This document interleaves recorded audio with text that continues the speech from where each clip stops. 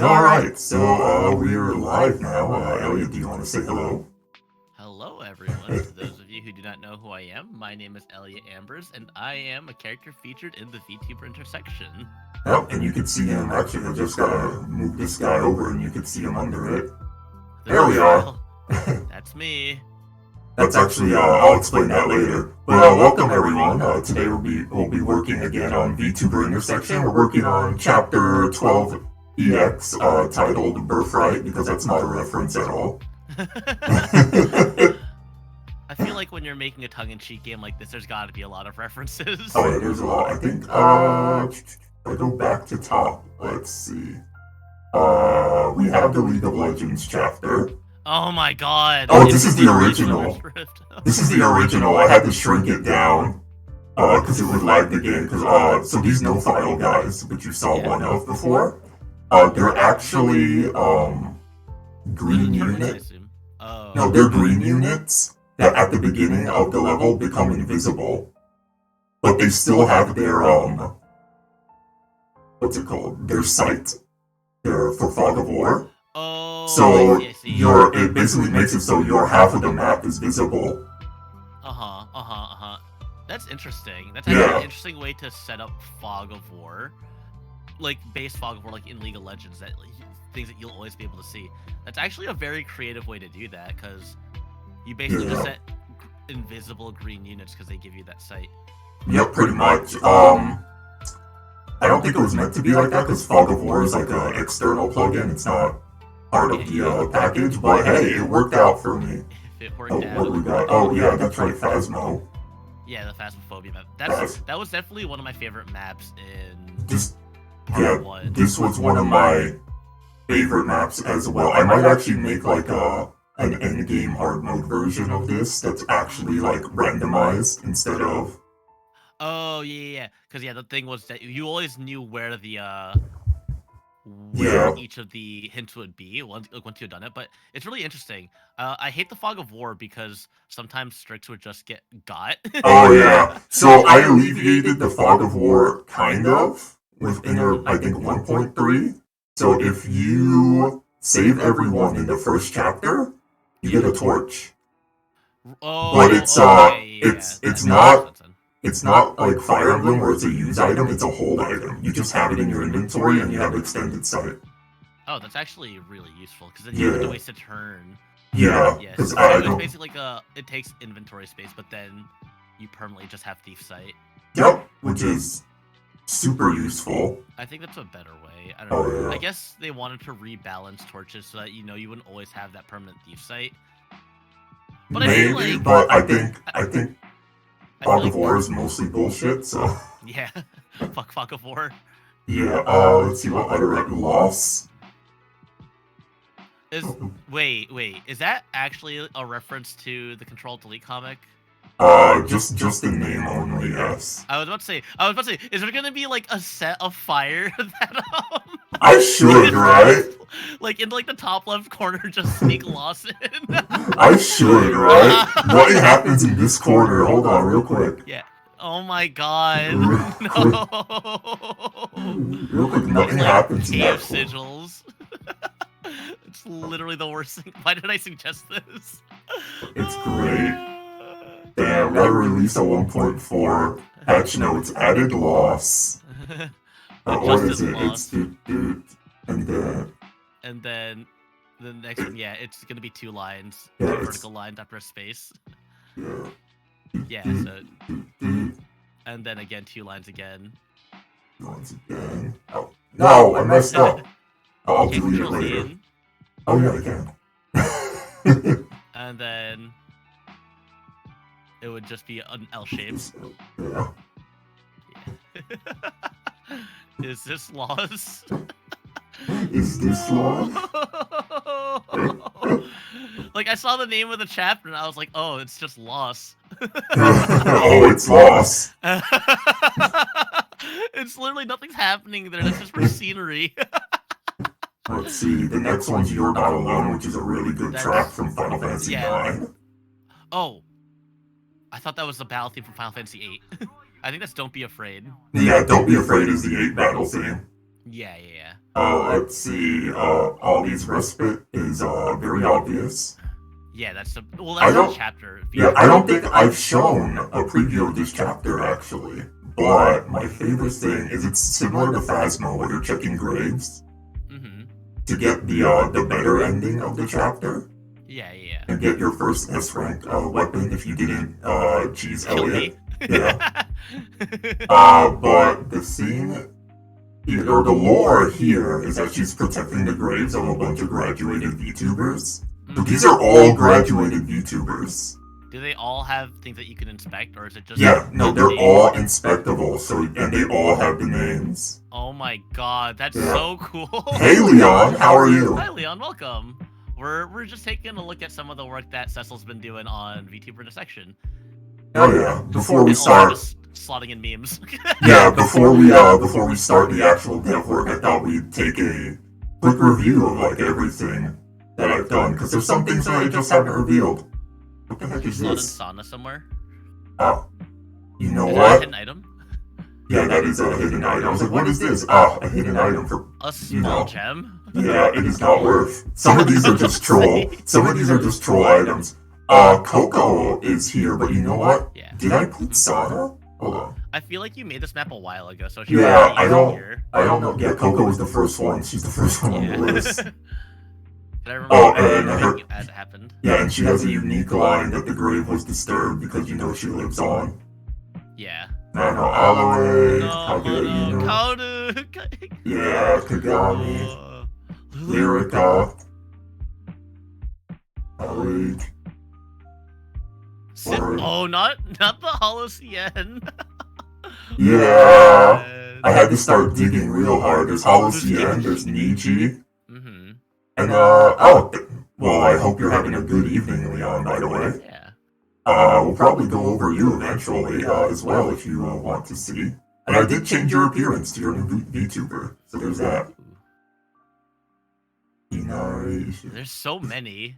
There's so many VTubers who have graduated, whether, you know, for good reason. Oh, you know what? The last person I added was Rushia. I went back and added Rushia. You went back, yeah. Yeah, I'm like, okay, no, I have to do something for Rushia. Yeah. Did you pop Hepburn? Who? Hold on, I think she was like an indie or something. I didn't want to keep it straightly to Corpo. Yeah. But it's hard to find, There's a lot. Well, I mean, there's a lot of them who, like, you know, a lot of... Here, this is Pinky Pop. Oh, yeah, I recognize her. I like her design, though. Is she designed by... Yeah, is she designed by... Hold on. Real quick. Oh, no, yeah, that is her. Yeah, that is her. Mika Picasso. Yeah. Wow, what the hell? And look, okay, no, wait, but real talk, real quick tangent.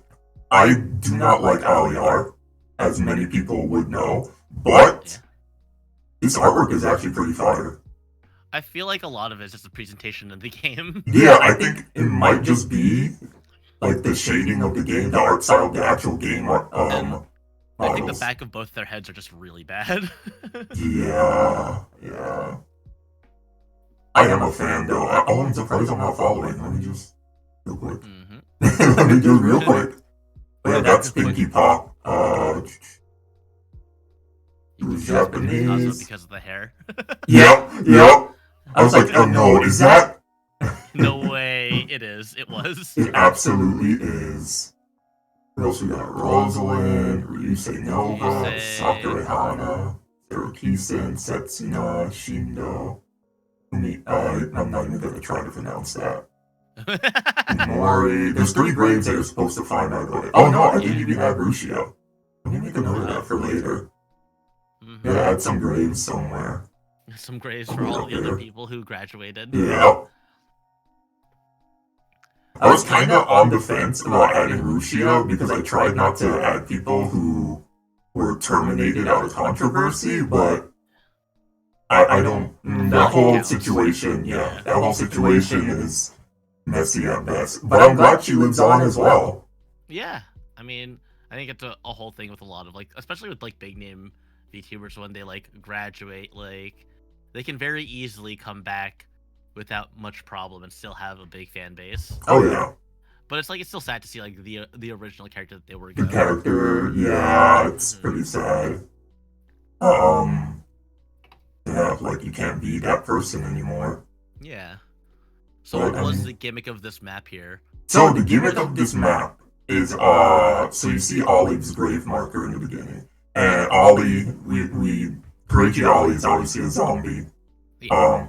So her whole thing is that she's essentially like here, her spirit is still here even though she's passed on. Yeah. Protecting the graves of quote unquote fallen VTubers. What you will notice is that in her dialogue right before the chapter starts, it seems like she's waiting for something. So what you have to do is it's a survive chapter essentially. Oh, and you start in the center. Those flags are your. Oh yeah, those flags are your deployment slots. Yep. And I think these are the forced deploys of the 3 lords and then Blank and Leon because they're required for this chapter. If you don't, if you don't, in the previous chapter is where they join. If they're not alive at the end of it, you don't get this chapter. Oh, okay. Force deployment there. So, is that centerpiece? Is that something that you have to protect, or is that just? That just decoration? That's just that is the actual S-rank weapon just stabbed into the ground. It's the sword that goes through her head. Yeah. So this is a survive chapter with no like. You don't have to defend, right? It's just. You don't have to defend. You just have to survive. But you still have a goal. Well, right, hidden you can goal. get the other ending, right? Yep, which is what you want to do. Let me just skip this part. Skip this so I don't spoil the story.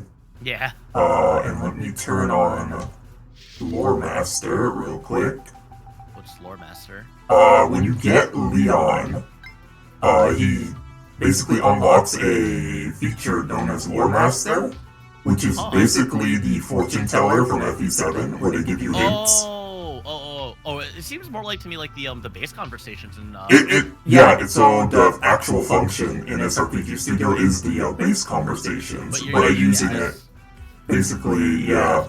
So like you can get extra lore and you can get hints. So like, for example, here, it's Leon.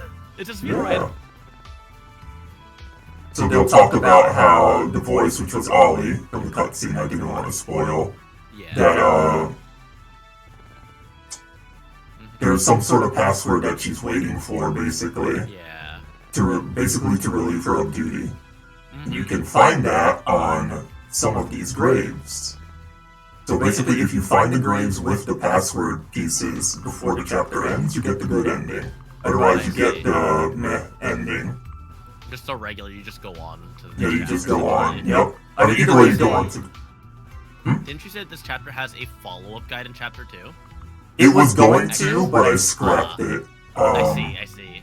I scrapped it because it was gonna be too much, and I wanted to. Well, I actually reworked. That chapter's gonna appear in part 3 probably.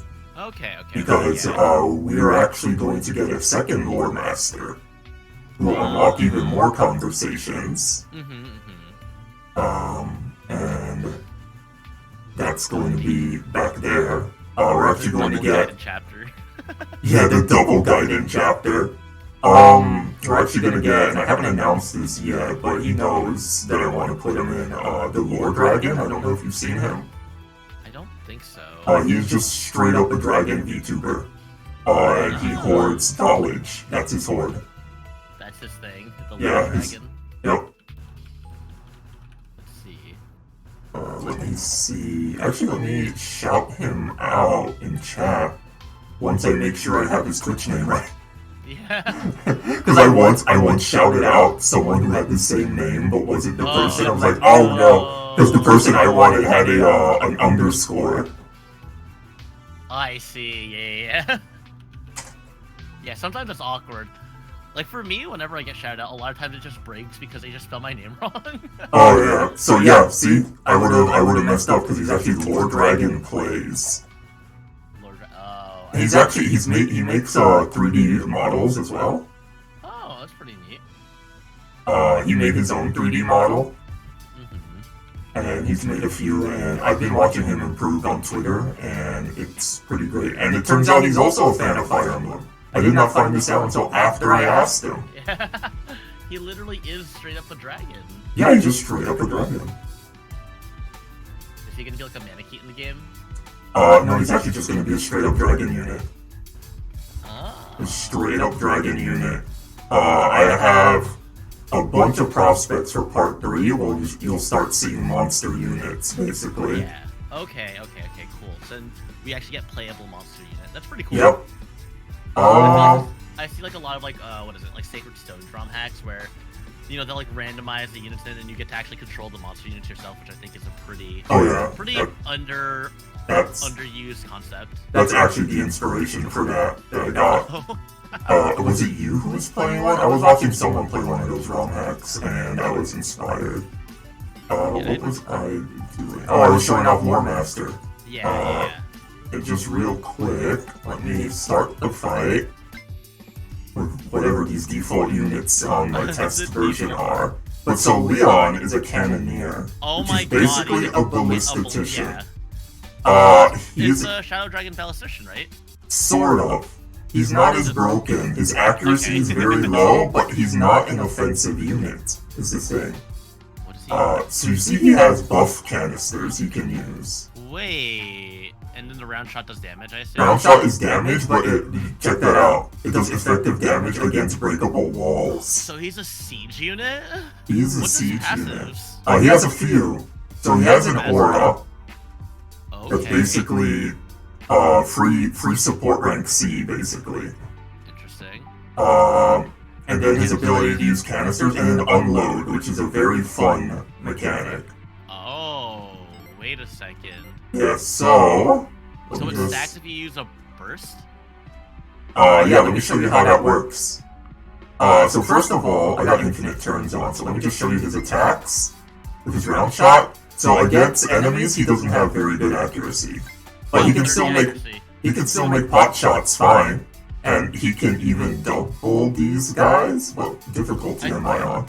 I was about to say, if someone with a ballista is doubling, I think there's something wrong with the speed set of the enemies. Yeah. This must be like baby mode that I have it on. Yeah, I mean, it could be like normal mode. I guess we know, level 11. I don't have a normal mode, ironically. It's either hard or baby mode. Or lunatic. Or death mode. There's just no normal mode. God, death mode. I tried to play through on death mode, but I got walled at Lost, I think. That chapter walled me. That's the one that walled me. Yeah. Really, that one? I feel like the story-based aspect of it, like just being able to like make Draco so strong in that chapter. The thing is what's it called? So yes, she'll be super strong in that chapter, but she still gets one shot if you're unlucky. Because of the hard mode bonuses. Yeah. But yeah, so Leon can take pot shots at enemies. For 30%. Hey, we got him. Oh my god! So that's his thing, and also he has lower movement than everyone. Yeah, that makes sense. Also, your stream stopped in Discord. It's still streaming on the actual stream itself. Oh, yeah, it did. How interesting. Yeah. There we go. Sorry about that. That's alright. Oh, you know what it is? Every time a new window opens... Oh, I see. It thinks I'm ending this... I don't know. Discord's weird about SRPG Studio is weird about being streamed. It's made out of spaghetti. So Leon has low movement, but this is complemented by Blank, who gains movement for rescuing someone. So she can just pick up Leon, get the +2 move. Oh, wow. It's +2 move and like +3, like... Blank's rescue does not get penalties, it gets bonuses. Let me see her passives. What are her skills? So... Like, that's interesting. Let me just drop him. So... Her passive is Soul of Meg. So she gains movement, res, and defense when rescuing, but she can't swap. So you can't do a rescue chain with her. Yeah.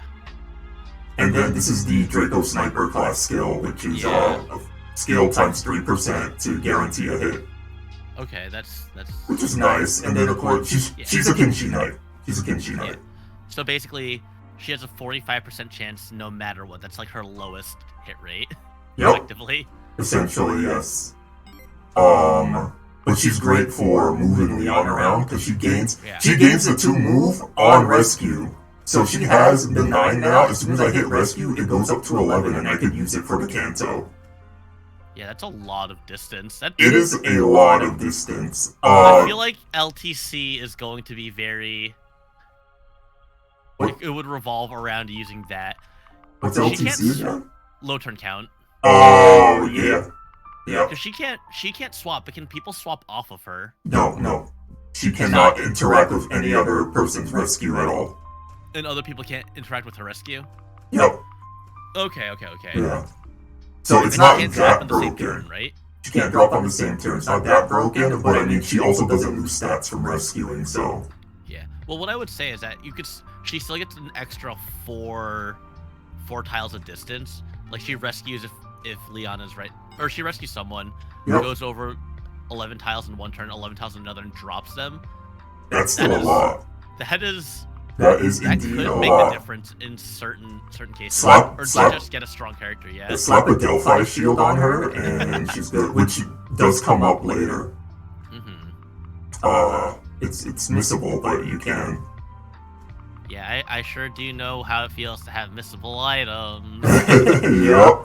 The other person you may not have seen, because they were added between like 1.2 and 3, is Island, who cannot use any of her weapons right now because I didn't set up the test file correctly, and I gave her weapons she couldn't use. But she is indeed a druid, which is a lance staff class. Interesting. And what I'm gonna do real quick is close the test file. That's kind of like the maid class, right? Yam is the maid class. Yeah, Yam. She had bows, lances, and staves. Yep. Yeah. Yo, Yam is really good for no growths, though.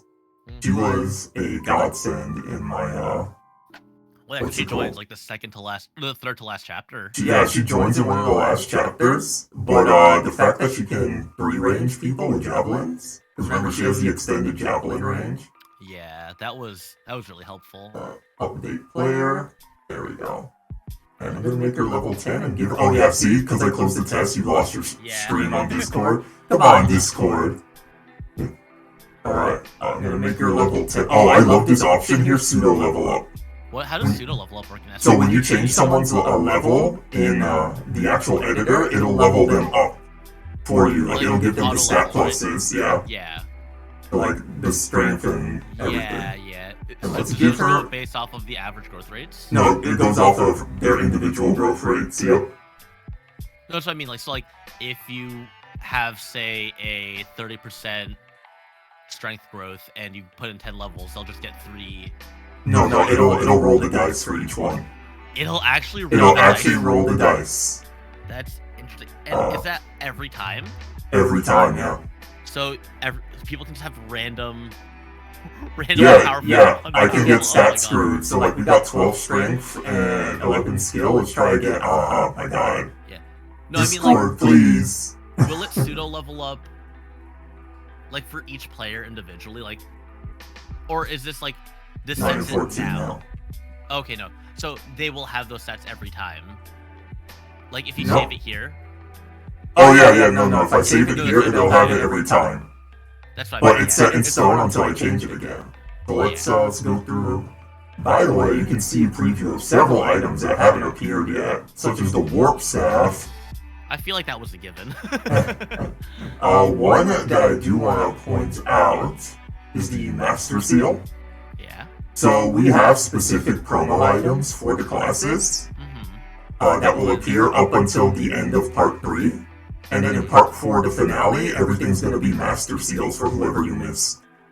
Oh, so anyone can just promote. So you can, Yep, including your lords.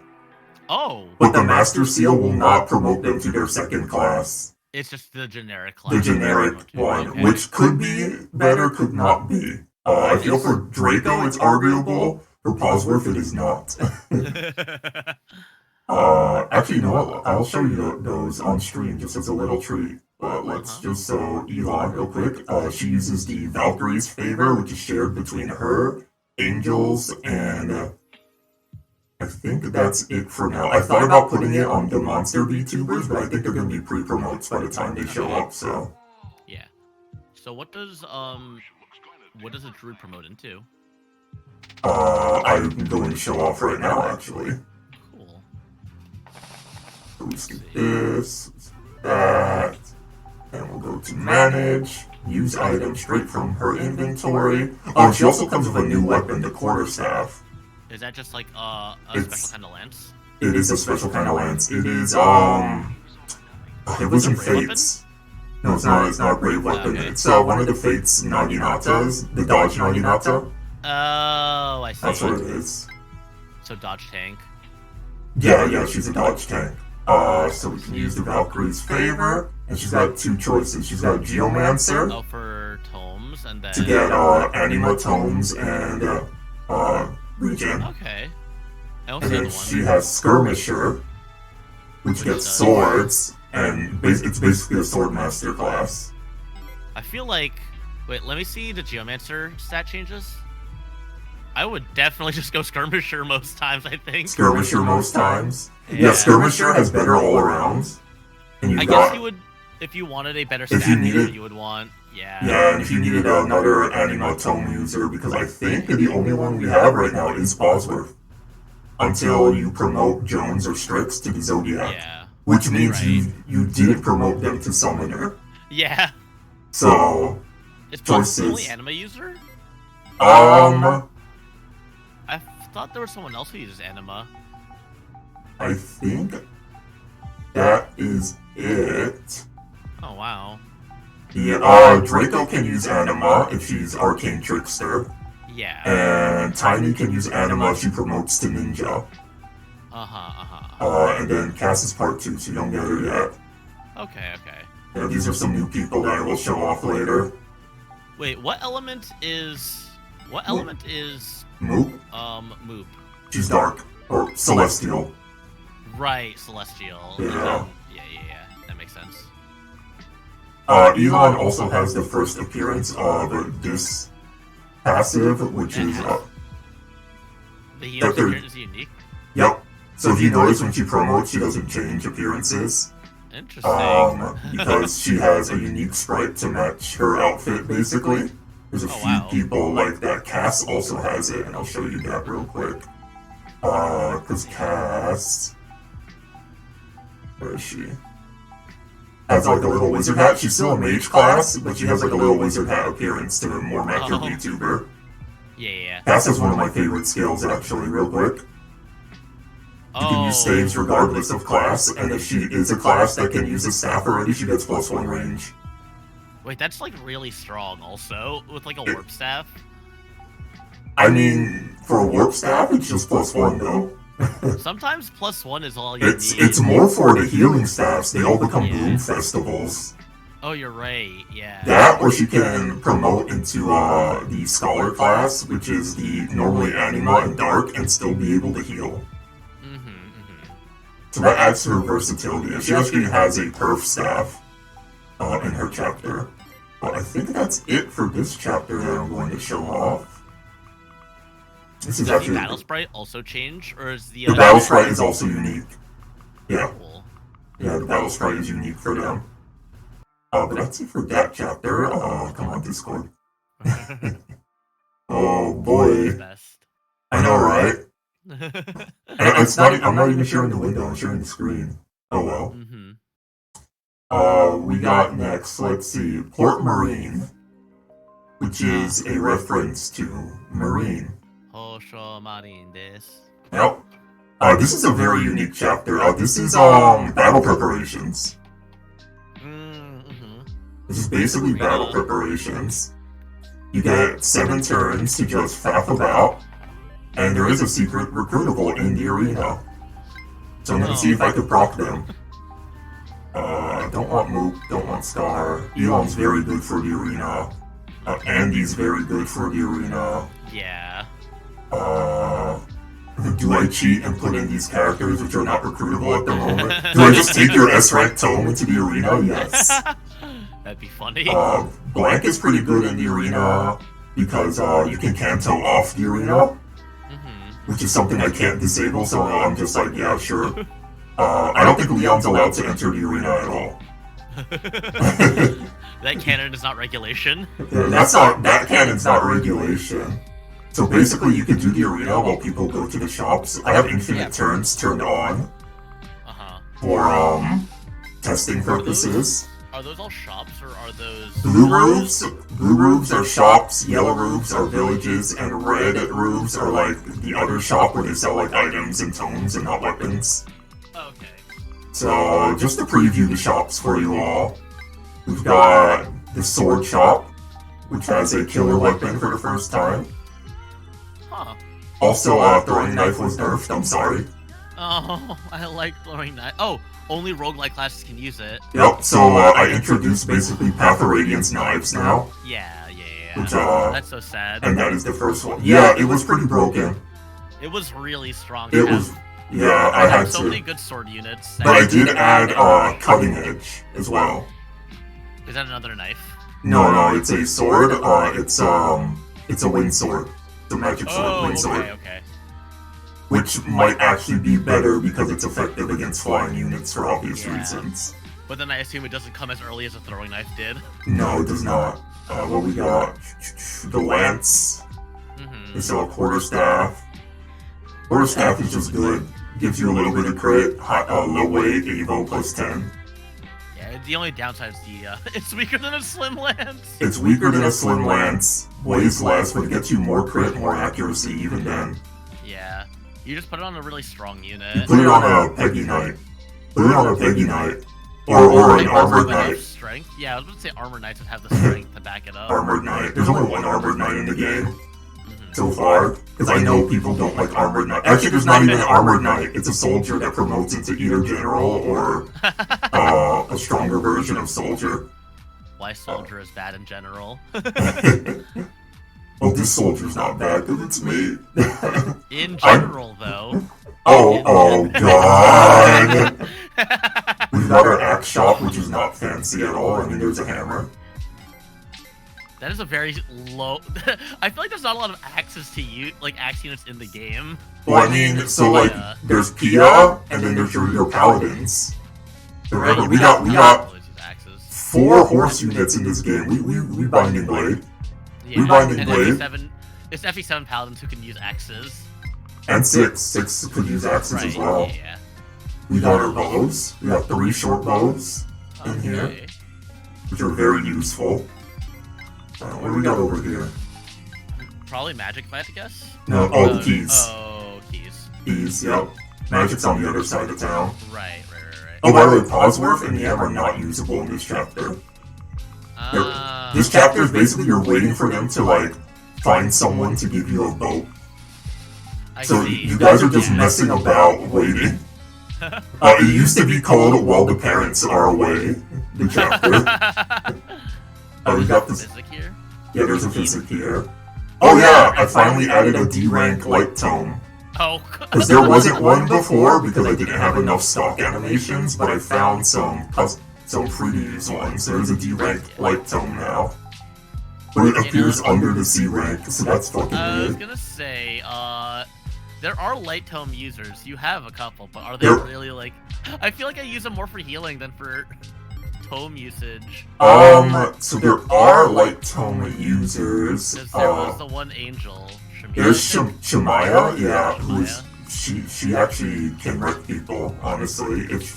I didn't use If she doesn't get skill screwed, she will wreck people, because she also has Miracle. Right. I think I utilized that. Yeah. Other light tome users will be Pixel when she's finally recruitable. Yeah. Posworth's default promotion gets light tomes. And one of Moop's also gets light tomes. I see. And promotes.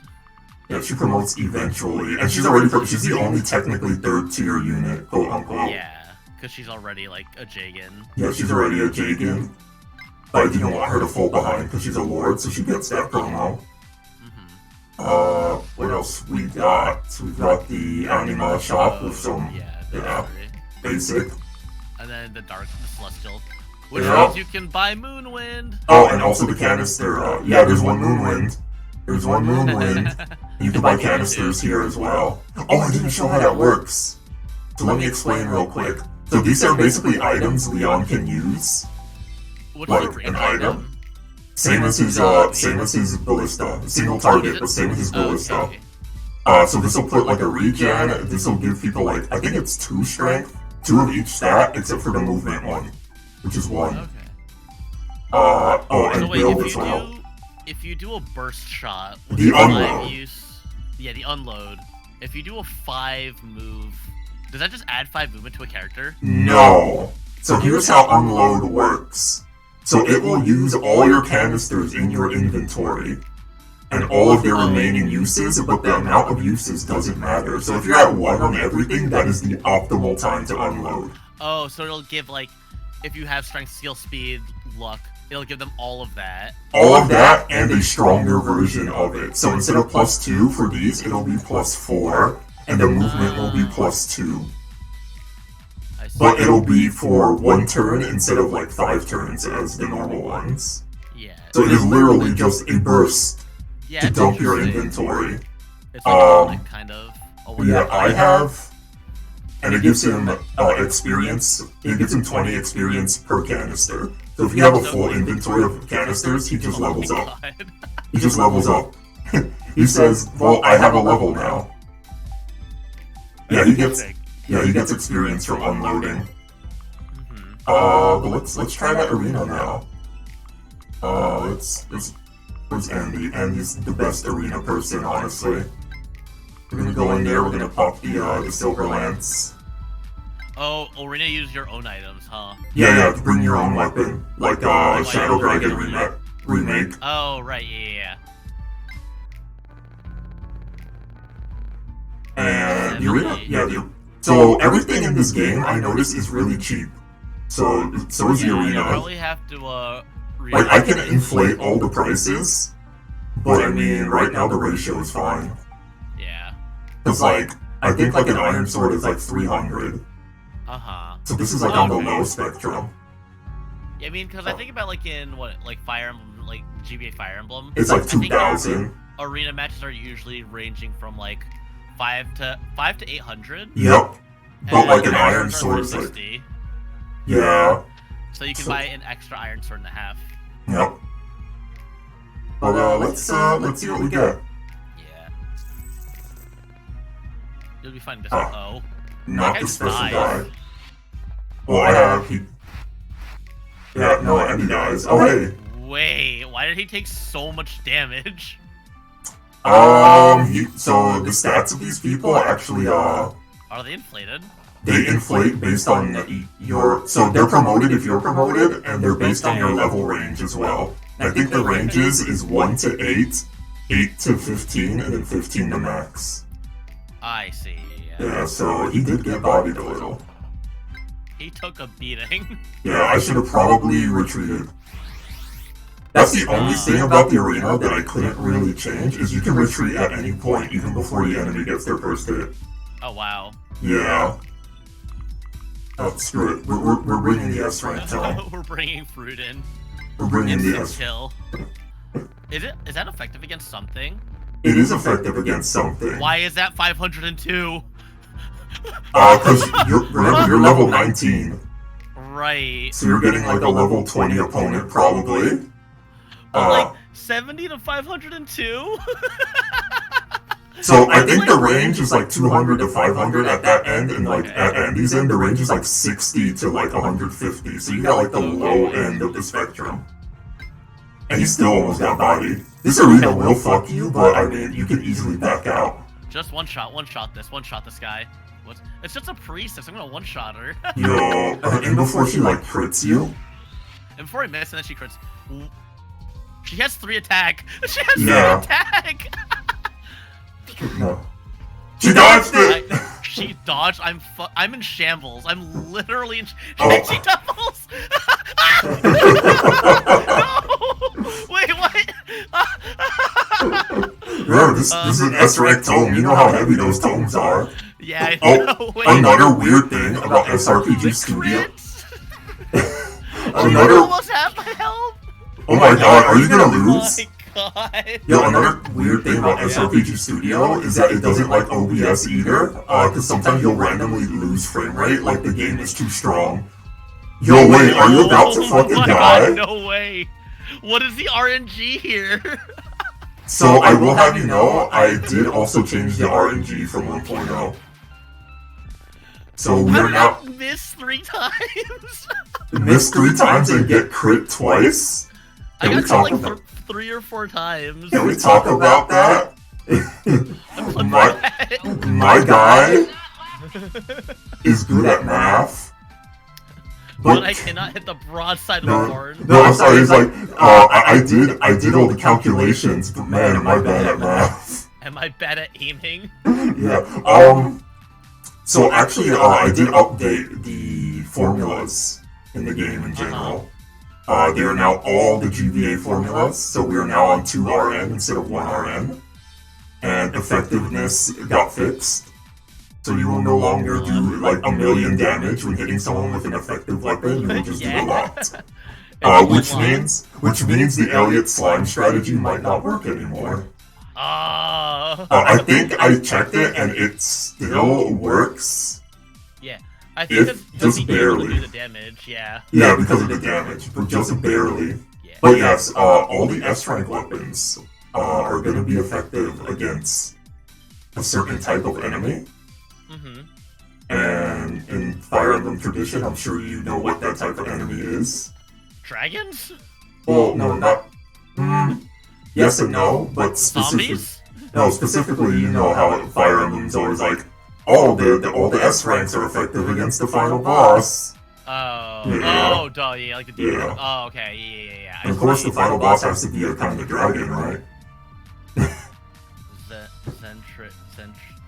No.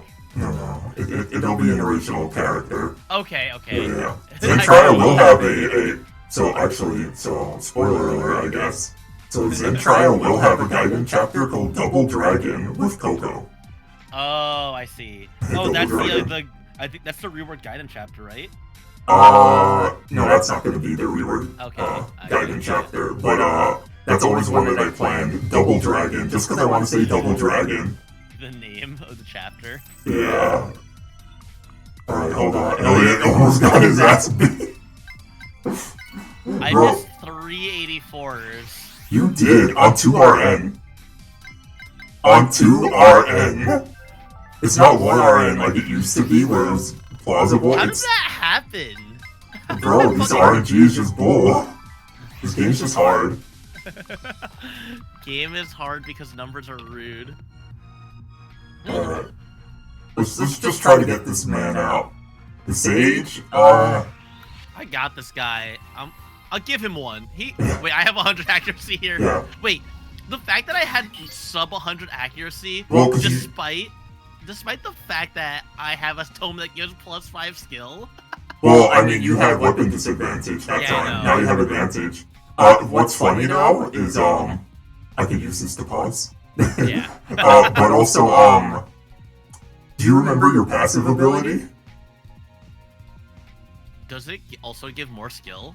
No, it's it's basically ages against the magic types you can use, so Dark and Anima. And it never pops. Wait, she was light. So like this guy's like, oh, there you go, it proc. Did you see it? Yeah, I just saw it. Superior knowledge. Oh yeah, skills have like a little message when they proc now. The skill pop is also really good to see because I remember wondering whether or not that would happen when I was trying to fight Elliott in part 1. Was just like, oh my god, did it pop? Yeah, the only thing is, so you have to choose between skills popping up like that or them playing an animation. I was like, I don't have an animation for half of these, so yeah, the skill popping, it's really nice. Have you played older Fire Emblem, GBA Fire Emblem ROM hacks? You know, I have not played that single ROM hack. back before they came up with like really unique animations for stuff like Luna and Soul, it used to be like MS Paint like scribbles, like Super Saiyan aura lines, like that would just like it would be like 2 frames of animation. God, that's instead so of good. having like any animation. That's how they used to like showcase the animation. That's godlike. I was like, you don't have an animation, but you could use it. You could use that same drawing. Alright, yeah, I don't want to fight another priestess that hits for 5 because she has a Ray Tome. I got her. That's fine. I'm just trying to... Yeah, I bailed. I just want to proc the one dude already. There we go, that's the special enemy. Oh! He's always the same. Level 10 soldier. Always the same, yeah.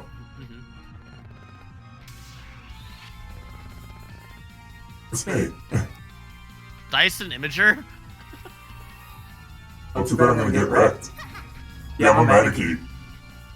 Bye! Wait. So what happens if you kill... No, you do have to beat him. Okay, you get to beat him, okay. Yeah. Hey, wait. Does each character have a different dialogue, or is it no, just the same dialogue? it's always the winning character that speaks. I think one person has a unique line. Okay.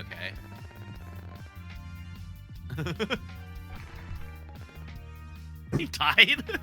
I just need to sit down for a while. Alright, no. Oh, and then you join at the end of the map. Alright, I join at the end of the map, but here's something fun. I can show up again. Oh good, I showed up again immediately. Check this out. What happened to Check out my max HP. I'm just like, oh, this is awesome. Oh! And he just dies. Wait, what if I miss? There go the knees. That's really funny, actually. Yeah, I could keep appearing. It's pretty good. And you get me at the... Yeah, I'm a Manakee, basically. I see. Which makes sense. But I will note that I will have a complete alternate path to this game, basically. Uh-huh. And I do not appear on that path at all. I will not appear on that path. Huh. But anyway, that's... split? The first check... Actually, there's a check... the first check is... the chapter where Jones appears. You have to kill him. You have to kill Jones? Yeah, so basically this path is basically, you have to kill everyone. Except your lords. Oh? You have to get them all killed by the end of their part that they appear in. Or if they're an enemy, you have to kill them on sight. You can't recruit them. I see. Which means you can miss, you're forced to miss some Gaiden chapters too. Yeah. So you don't get like early promotion for Draco. Yeah, well no, you can get Dracos, you won't get Bosworth still. Okay, yeah. Yeah. But yeah. It's like a genocide route? It is a genocide route. Only the Chime-In survives. Only the Chime-In survives, yeah. I can't wait to do that, by the way, because that's going to be a very fun route to program once I finish the regular. But yeah, that's something that I have in the works, sort of. And it basically, at the end of each part, it basically checks that A, you kill the enemy characters, and all the other characters are dead by the end of that route. Yeah, interesting. Else you get kicked off the route. Yeah, you can't recruit an enemy unit and get them killed as an ally, right? You can't, but if it's an ally unit, you can recruit them and have them die in the last chapter. Yeah.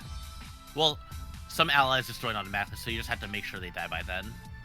Interesting. No. Even then, you could take like Scarberry and Island all the way to the end of You're Not Alone, and just kill them off there. Well, yeah, that's what I figured. Yeah. So you won't have to just like low man the entire thing. You just get them all killed off by the last chapter. No, but and I've been mulling over this mechanic. At the end of each part where the check is done, I'm going to increase the level cap on the main characters. Oh, that makes sense. But I feel like the thing is that for games like these, I feel like you juggernaut so hard when you get like, especially if you have extra levels. No, that's the point. That's the point, though. That's the point. They're supposed to juggernaut. Yeah, no, that's the juggernauting run. Anyways, so that's it for Port Marine. What else we got? We got the League chapter. God. Oh, this is a condensed version of it? Yeah, this is the condensed version that I had to do. Because before there were so many of these like little side guys that the game would literally just slow down. Oh my god. Yeah. But let's do another test here. And I want to show you my favorite feature, which is Baron shows up in 20 turns. Oh? No, that's not my favorite feature, but... Oh, and Cash joins immediately on this chapter. So you actually have a 6-man team. Hexakill. Yeah. Hexakill. Are you forced deployed the 3 lords in this chapter? No, actually, only Bosworth is force deployed here. Okay. Oh, and then there's is that a fire orb? That's your inhibitor. Oh, and it can be destroyed. I see. Yep, yeah, we get minions. We got minions. Oh my god. Yeah. We'll skip this for now. And there we go, yeah, we got our sights. Good lord. And you can also see, yeah, this chapter took forever to make. All these chapters are taking way longer to make than part 1, just because there's so much going on in them now. Yeah, I feel like in the same way, like a lot of these like late game chapters in like other like Fire Emblem games just take longer to play because of how much there is. So it makes sense that they just take a long time to actually build. I mean, so this chapter isn't so bad. If you just have someone jungle real quick. Also, everyone in the lanes, except for another character here, who is the jungler, will avoid the jungle. They will actually avoid the jungle. Can the jungler is the jungler just a generic enemy, or is it recruitable? No, that's the only one that's recruitable, actually. Actually, no, there's another, the one up here can be turned into a green unit. Okay. But they're not recruitable. That's funny. It's like playing League of Legends and then you just make someone want to give up, so you turn green instead of red. Oh, yeah, no. This is my favorite recruitment in the game so far.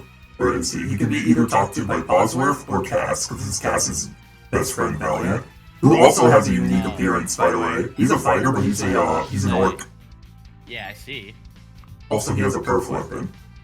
Oh, it's a 1-2 proof. Yeah. With 14 attack? Yeah, no, he's the glass cannon of the game. He's the glass cannon. 5 defense. You want 5 defense at level 7. You want to see what his personal is? What? What's his personal? It is increase with. Oh my god. Bro, when he is at like 1 HP. Will he ever not take 27 HP of damage, though? That's the thing, you gotta be very careful. You gotta put him in front of, like... He actually has higher res than defense, what? Oh, you know what? You know what it is, actually? His defense is up because he's got red buff. Oh, wait, no. Never mind. He's got a what? He's got red buff. Yeah, he starts with red buff. He already jungled. He pre-gamed. He got red buff. Yeah. But this is my favorite recruitment conversation, actually. Yeah.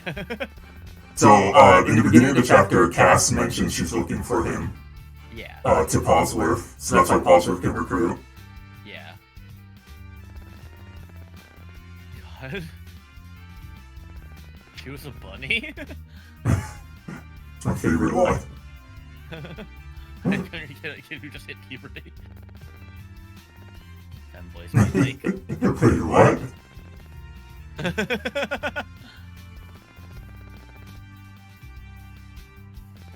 I'm done with these guys. Yeah. Oh, I see. Yeah. Mission accomplished. This is my favorite part. Jungle. The boss just rages throughout the stage. Are you kidding? He has like little screams too. I don't know if you can hear it, but every line he just like lets out a scream. Report jungler. 9 times report. He's taking a red. So good. What else is there? I know here I'll have Valiant run into someone and die. Oh, all the enemies here are based off of Vtubers. So you've got an overseas sexy guy, which is actually what Marine calls her a Western audience. Yeah. And he's a pirate. Yeah. He actually Reavers are in the game now, by the way. These weren't in the game before. We got Reavers. Reavers are good. And he also has this ability. Level 40. He has 49 HP. Yes. I didn't want these guys to be easy to kill by the turrets. Remember, you got turrets. You actually got a... Are there only turrets and... What is it? Turrets and then 5 enemy units? Or 4 enemy units? No, there's minions. There's minions. They haven't spawned yet, because obviously turrets haven't passing. Yeah. You know, you gotta wait for minions to spawn. But I'm gonna kill Valiant real quick. Just to show you something else. Wow, this guy's not gonna kill Valiant, so we're gonna see, unless he gets crit, the Desperate Measures proc. Okay. So, wow. what was that strength before? He was gonna do 23 with, like, no crit rate, right? Yeah. Alright. What's his strength now? Gonna do 34 with 16 crit now. Oh! And 81 accuracy now. He only had, like, 60 before. So it's basically Wrath, right? Sort of. Once I end this chapter, I'll show you how that skill works. It's actually very fun how I made it work. But basically, miss please? Miss please? Please miss. Yeah! Alright. And this happens the first time someone dies. To an enemy. Oh god, I just realized we lost our stream again. Yeah, I've been watching through the actual... Through the actual thing. Yeah, that's fair. GG easy. Other things that can be done here is, so this guy up here, it can be turned green by Cass. Assuming I don't bump into him by accident. There we go. What is that? It's a Kraken. Green now. Oh. Welcome, Cortez.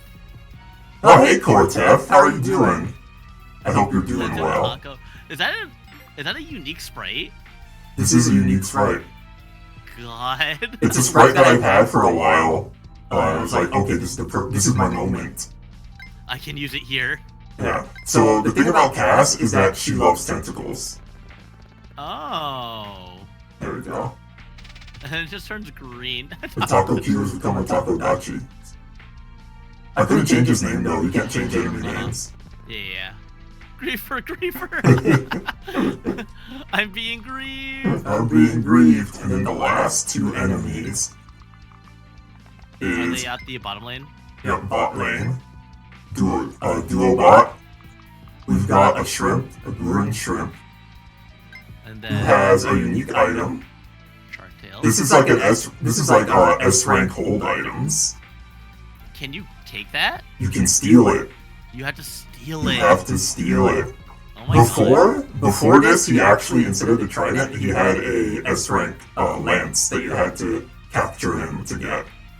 But I wanted capture again? Yeah, you can capture. Oh wait, Draco can capture. Yeah, Draco's unique ability is capture, but I decided to give him a stealable instead, and change the S-rank lance to something different instead of a Gura lance. Makes sense. So these are called Regalia, and they're hold items. You see, it gives you the Hydrodynamic ability and +2 speed, which... Wait, that's really good. These are supposed to be like S-rank stuff, yeah. But these don't require proficiency, so they're even better in my opinion. So the question now is, how useful is Hydrodynamic going to be in the future maps? So, after this map, you can use it to pick up with Cosworth an item in the ocean, in a lake. Oh, okay. But after that, I haven't made any more maps. It's the 12X that we're gonna work on. Yeah. Which won't have water in it, unfortunately. But even then, you get +2 speed, so... Just +2 as long as you have it on. Yeah. To make it useful. And then a random Hime Fanatic, because I needed a support. Oh. Who's just there. Yeah, in the intro, they actually say, like, this person's just here. And I think the last line that I really like is, if you just your first time attacking the leader. Yeah. What are you shrimps doing? He just rages. And I think, oh no, he rages at half HP as well. He also rages at half HP, so let me bring someone stronger like Draco over there to whittle him down my infinite turns. And then I'll show you the minions. Oh, also, these red tiles are heal tiles. Both you and the enemy have them, and they're unique to each army. Team. So if you That's go back, really cool. so if you go back to your base, you can regen. You can go back to base to heal. Yeah. The touches on this map are so nice. Yeah. Unfortunately, I have not yet figured out a way to make the enemies want to go back to base when they're low. Yeah. I think, but they will start retreating and using like elixirs when they're low. Yeah. They will do that. They'll pop a health potion. Yep, and the other thing is they won't leave their lane. They'll stay in lane. They'll stay in lane, yeah. Until they kill their turret and the inhibitor, then they'll start leaving their lane. Yeah, yeah. Or they'll start hitting this guy. So this is technically a defend. This is technically a defend for this league. Well, like the main objective is to defeat the boss. Yep. Or a knife, you will be missed. Yeah. I mean, Draco can still use it. Yep. Draco and Tiny. And the named rogue that's going to show up in your chapter. Mm-hmm. Oh my god, wait, that's a reference to... I feel like that's a reference to something. It's a reference to a tweet you made. Yeah, yeah. Yeah. Named rogue. Yeah, okay, he's fine. More importantly. Yeah, who'll have she's gonna have higher magic than you, but not be able to use magic. Just like I don't know if you noticed, but Moop has 20 strength, but cannot use strength. Yeah, I think that's so funny. We were joking because when I was first working on this, I told her what she was gonna be a Jagan. She didn't know what a Jagan was, so she googled it. She's like, "Yo, I'm gonna be buff." So I gave her the 20 strength as a joke. But like now he's below half.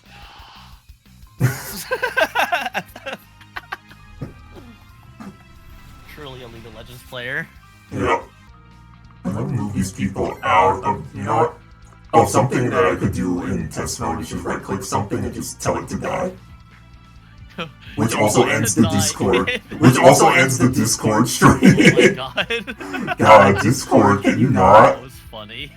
But no, it's You SRP. deleted the screen. Yeah, so I'm just gonna go over here and wait for minions to spawn now. I think they spawn 2 turns in or on turn 2, I forget. Mm-hmm. Oh, and he regens every turn. Yeah. Oh yeah, they're eco-terrorists. The Liege of Legendary Seafarers. And Anime then- fan. And one Hime fan. They're all Hollow Sea fans, basically. I like that you just ignore Aqua. I did not know Aqua at the time when I made this chapter. Yeah. Oh shit. Oh. Wait, motherfucker left his lane! He left his lane. An enemy is missing. Hey, look.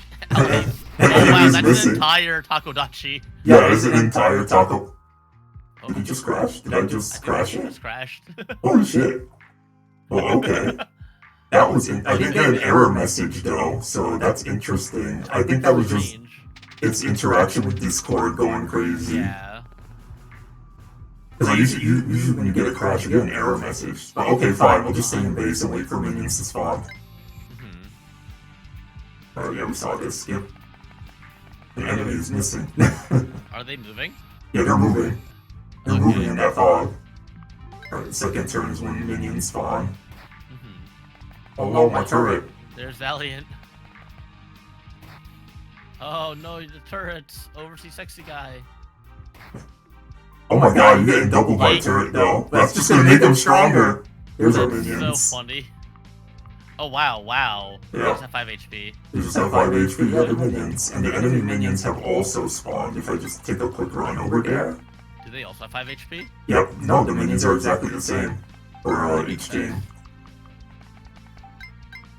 So guess what the strat is? Literally let your minions get to the towers. Also, if you Yeah. kill a minion, guess what? You get money. Yeah. Now, just You to just show, farm minions. you could just farm minions if you want. Let's defeat the inhibitor.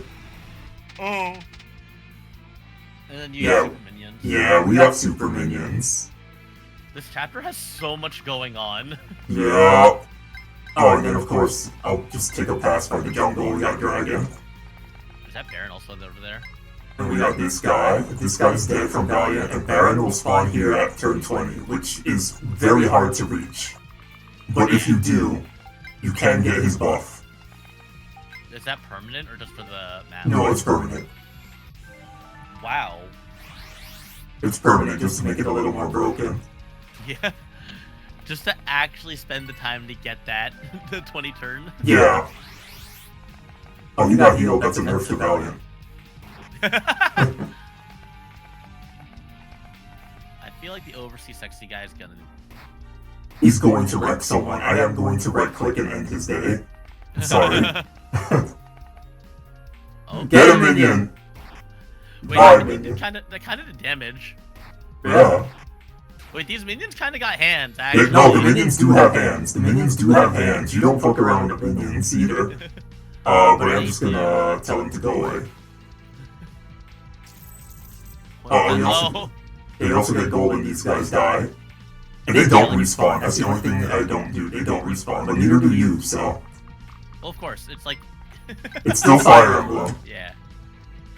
Alright. We're good to spawn super minions again, I think. No one's in danger. Hey, it's Damn, a get guy. good.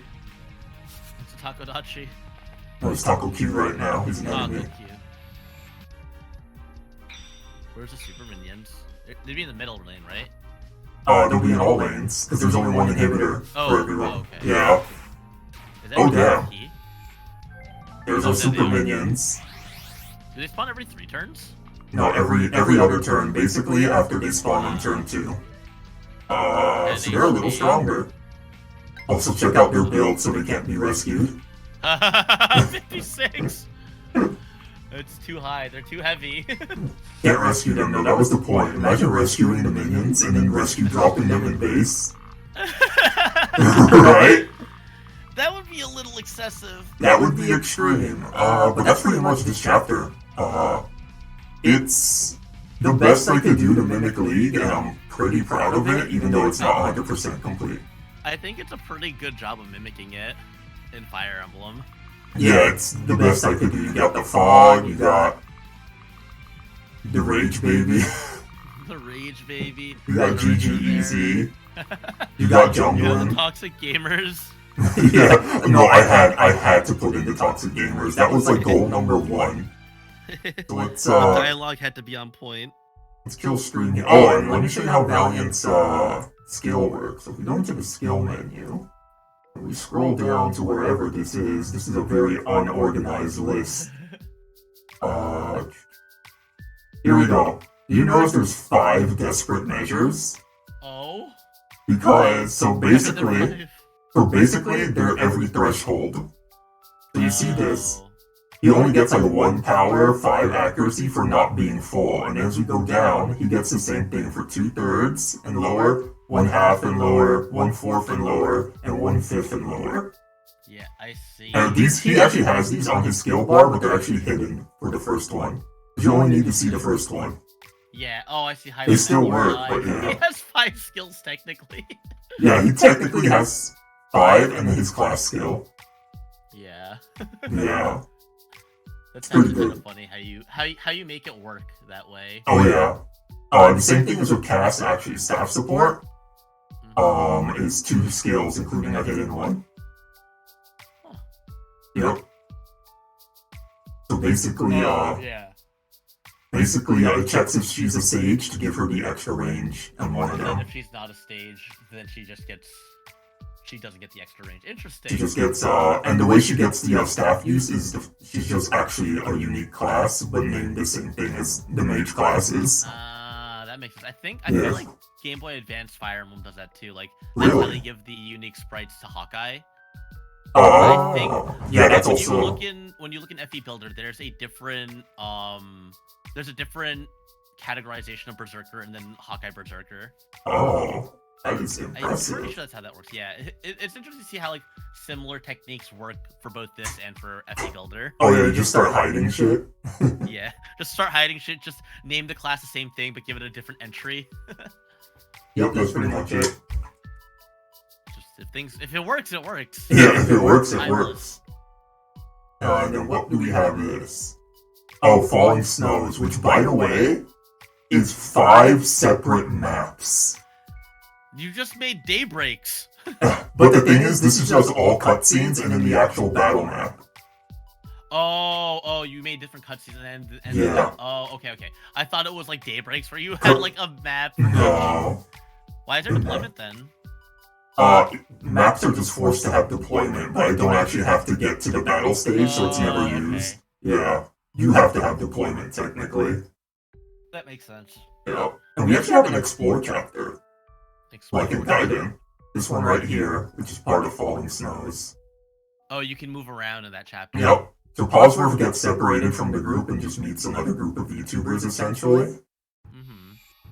And they're actually your team for the next chapter. You don't get to deploy anyone. Oh. So there's a few VTubers here that are new. So we've got Yulia here. Oh, the Princess Knight. Yep. You know, she loves Fire Emblem as well. Yeah. Crom Simp. Crom Simp, yep. She's also a Cavalier. And she has a perf weapon as well. There's a perf magical weapon. Yep. She has 0 magic? She has 0 magic, so it's all in the actual 16 attack. Yeah. We've got Sif over here, who is... I need to edit his sprite still, but he's a unique mercenary sprite. Oh, cool. He has my favorite ability. Mm-hmm. We've got my friend Mish here, who is basically a Final Fantasy XIV white mage. Oh, okay. We've got Sleepy here, who's a friend of mine. She's a battle cleric. We've got Sion here, whose unique ability is one of my favorites, but it's going to be the most obnoxious to program. What is it? I will show you in the actual battle chapter. Huh. And then we've got Boss here, who is another unit that I really like. Boss. It's Moss has a mascot named Boss. And they are a merchant goat. So they're Merlinus, essentially. I see. But they're very unique. And I will show you that in the next chapter real quick. Oh yeah, that's right. They ask if you have food. So do we have snacks for Boss? Yes. Give him snacks. Oh yeah, there's like little emotes now. Oh, cute. Yeah. Alright, so skip this. This is the chapter. I'm gonna skip the cutscenes again, because I don't want to spoil this chapter. Oh yeah, I don't know why, but when you try to skip this, you gotta wait for them to finish walking. Alright, so when you have Boss, at the beginning of every chapter, Boss gets a repair hammer. Oh, like a hammer and staff? It's a hammer and staff, unique to Boss. The Boss has several skills, but is not a combat unit. What does he have? That's a lot of skills. So, first of all is the hammer, and actually, I think when Boss hits... Oh, Boss is level 17 in this? I gotta check my test file. Mm-hmm. But basically when Boss hits, I think level 10, so they didn't get it technically because... I hate this game! Hey, Moop! Wow, I see how it is because you're not in this chapter. Hey, Moop, I hope you're doing well. Thanks for joining. It's a good game. So Boss has a lot of stuff. So first of all, Boss's hammer can only repair things they have in their inventory. So you have to trade first. Oh, I see. But interesting. When you hit level 10, the skill upgrades, and you get Boss's Hammer Plus, which lets you repair other people's items. Okay, yeah. Because then there's like the trade-off of having to like trade the item back instead of like repairing someone's weapon and then being able to go off and use the repaired weapon. Yep. So you have to like, you would like probably like battle preps it so that Boss is holding someone else's item. And that is specifically to balance Xion's ability, actually. So we'll go back to Boss. So Xion's ability is countermeasures. She can essentially... Oh, also, Moss has a generic shop. If you can shop at Boss for a generic shop. Oh, cool. So that's how you unlock the generic shop that usually you see in a couple Fire Emblem games. Yep, and in your base, they'll have a unique shop as well. Neat. Which I'll show later. But So Xian has the ability to generate weapons. That's basically her lore, is she can create weapons. So every chapter I have to program this ability to check what chapter it is. That's the tedious part. But every chapter you generate a non-tradable perf weapon that's good in that chapter. Oh, that's why it's chapter based. That's why it's chapter based. So for example, here we'll use her turn to generate a weapon. She gets a monster slayer. So she has an effective weapon against monsters right now. Huh. Which is pretty useful, but it can't be traded. So until you get that Repair Hammer Plus, you only get 5 uses. Oh. What if you don't break the weapon? Does it stay for the rest of the game? No, it disappears at the end of the chapter. So I was gonna say, like, there could be a strategy for, like, to have her, like, hold a choke point, like you trade off her items, and then have her walk down and generate. So she's forced to have that equipped. Oh, yeah. But she can't trade this weapon either. But, like, if you trade off the, if you were to trade off, like, the Lance Reaver and the Steel Sword, and she just has a Monster Slayer Z forcibly equipped. Yep. Like, you put her in a choke point, she probably one-shots. Like, how much damage does she do to that monster on the south? Let's see. So, Steel Sword does 18? Oh yeah, I think I'm definitely testing on easy mode. Yeah, but how much damage does the Monster Slayer do? As compared to... Interesting, hold on, did I... It might not be programmed. Yeah, hold on, I gotta check that, because that used to work. Or she's capped on damage. Is she capped on damage? Well, apparently I can't go up twice. Steel Sword, 17. Monster Slayer, 33. Oh, there it is. Yeah, there it is. I think the Lamia is not programmed as a monster by accident. That's what it is. I see, yeah. By the way, this is our first occasion of technically established save. Hell no! Hell Get this shit out of there! They're Lamias. Wait, it only works on men. What's this? Magic times 3? It's 36%. It only works on men, by the way. That's kind of funny. Yep. So, back to boss's abilities. So, we have a lot down here. The first one is double EXP. Because as a non-combat unit, getting EXP for boss is hard. Next is haggling, half-price items. Because boss is a merchant, obviously. Makes sense. Yeah. And then we have the shop ability. We have Deep Pockets, so this unit can access the convoy, despite not being a lord. Yeah, I was about to say, the lords and then boss can access the convoy. Yep. This is the Repair Hammer skill. Yeah. And I realized boss has so many abilities, one of them is not listed here, I think. Oh, what, does it fall off the screen? Like, if you keep on... It falls off after 6, I think. And then we have overtime. Oh, so boss can repair and then pass an item to someone. Yes. But once boss hits level 7, he can repair 2 people's items. Essentially, yes. Does he get a hammer at the start of each chapter? At the start of each chapter, and they lose the previous hammer at the end of each chapter, yeah. That's still a lot of Also, uses. I think boss is a day as well. Do you get how much experience do you get for repairing? I forget already, actually. Let's repair one Sion weapons. Yep. Actually, did I use any? Did I attack, or did I just preview? I didn't attack yet. No, you didn't attack. We can't repair the Monster Slayer though, because it's not tradable, so I gotta Steel Sword it. So yeah, that's when the Hammer Plus comes in handy, because Yep, then he'll be able, yeah. Yeah, there's actually a lot of synergy on this group, which I'm very happy for. Yeah. But okay, let's grab that. So what boss can do is trade. Oh yeah, and you can't trade the hammer either. You see how they're yellow? Of course. Yeah. Take that Steel Sword. Item, repair. Back to 30. 20 EXP. Oh, it gives 20 EXP. And then the second turn, you can see boss can actually move again too. Yeah.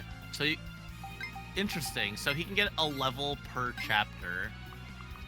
A level per chapter, just like Marlenis in 7. Yeah. Except it's more active. And then move back. Oh, the funniest thing is that boss has one more con than Bosworth. But, though, the other ability is this. So let me go to Bosworth now. Ride. You can ride boss if you're an infantry unit. Oh. And what this lets you do, you get Kanto, and you get extra movement. Oh my god. And look, it has the boss's little head as the icon. Yeah. Wait, that's so cool. You can actually hitch a ride on boss, and then dismount. Or, I think you can trade boss over as well, pass. Wait, that's so cool. And now they have Kanto. Yeah, boss is... Wait, that's such an interesting mechanic. But, unlike Merlinus, you have to use a deployment slot on boss. Yeah, no. That's a very interesting mechanic to give someone the ability to be a horse unit. Yep. I feel like a lot of people wouldn't. He does so many things that. Boss does a lot, but I mean, there's so many characters that do so many cool things that. Yeah. It's not that broken. The thing is, I guess because also the difficulty of the game on the higher levels also make you have to like think a lot harder. Oh yeah, definitely. Just giving someone the concept between giving someone Kanto and giving someone like I guess what you would do is you'd burn boss's turns first, rescue drop him with like Kanto and stuff, and that would give you with blank. Oh no, blank doesn't work because it only works on infantry. Riding only works on non-mounted units. Yeah, but still, like passing it around is just gonna be like. Bro, interesting to see how far you go. When I first made this, I had blank on the team, and blank's Meg plus boss's ride would combine. They would stack. Blank would get +4 movement. That's 13 movement as a wyvern. That's a little excessive. Yep. Yeah, I had to nerf it immediately. But that's boss, and that's Sion. So the next one I want to go over are Mission Sleepy, and because they're kind of easy to explain. So Sleepy's unique ability is Magical Girl. All her attacks target Rice. Oh, okay. Including melee attacks. Yeah. As a battle cleric, so usually she will do more damage, unless they're a mage. Yeah. That's actually super good. That, and she just got good bases. She's a pre-promote. 19 strength. Yep. She's a pretty good pre-promote. Mish is the other side of, the cleric. Huh? No, she's the other side of the, cleric, what's it called? Line, yeah. And she has, her unique ability, Blood Lily. So this is completely based off of White Mage from Final Fantasy XIV. Yeah. Essentially, every 3 heals she throws out, which I will somehow proc. Right. Also, Cosmic Axe is the bolt axe of the game, basically. Oh, okay.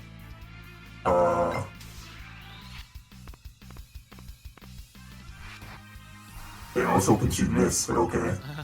But you can see I'm already losing frames, because apparently this game is too crazy for OBS. I don't know why. Really cool, the animation.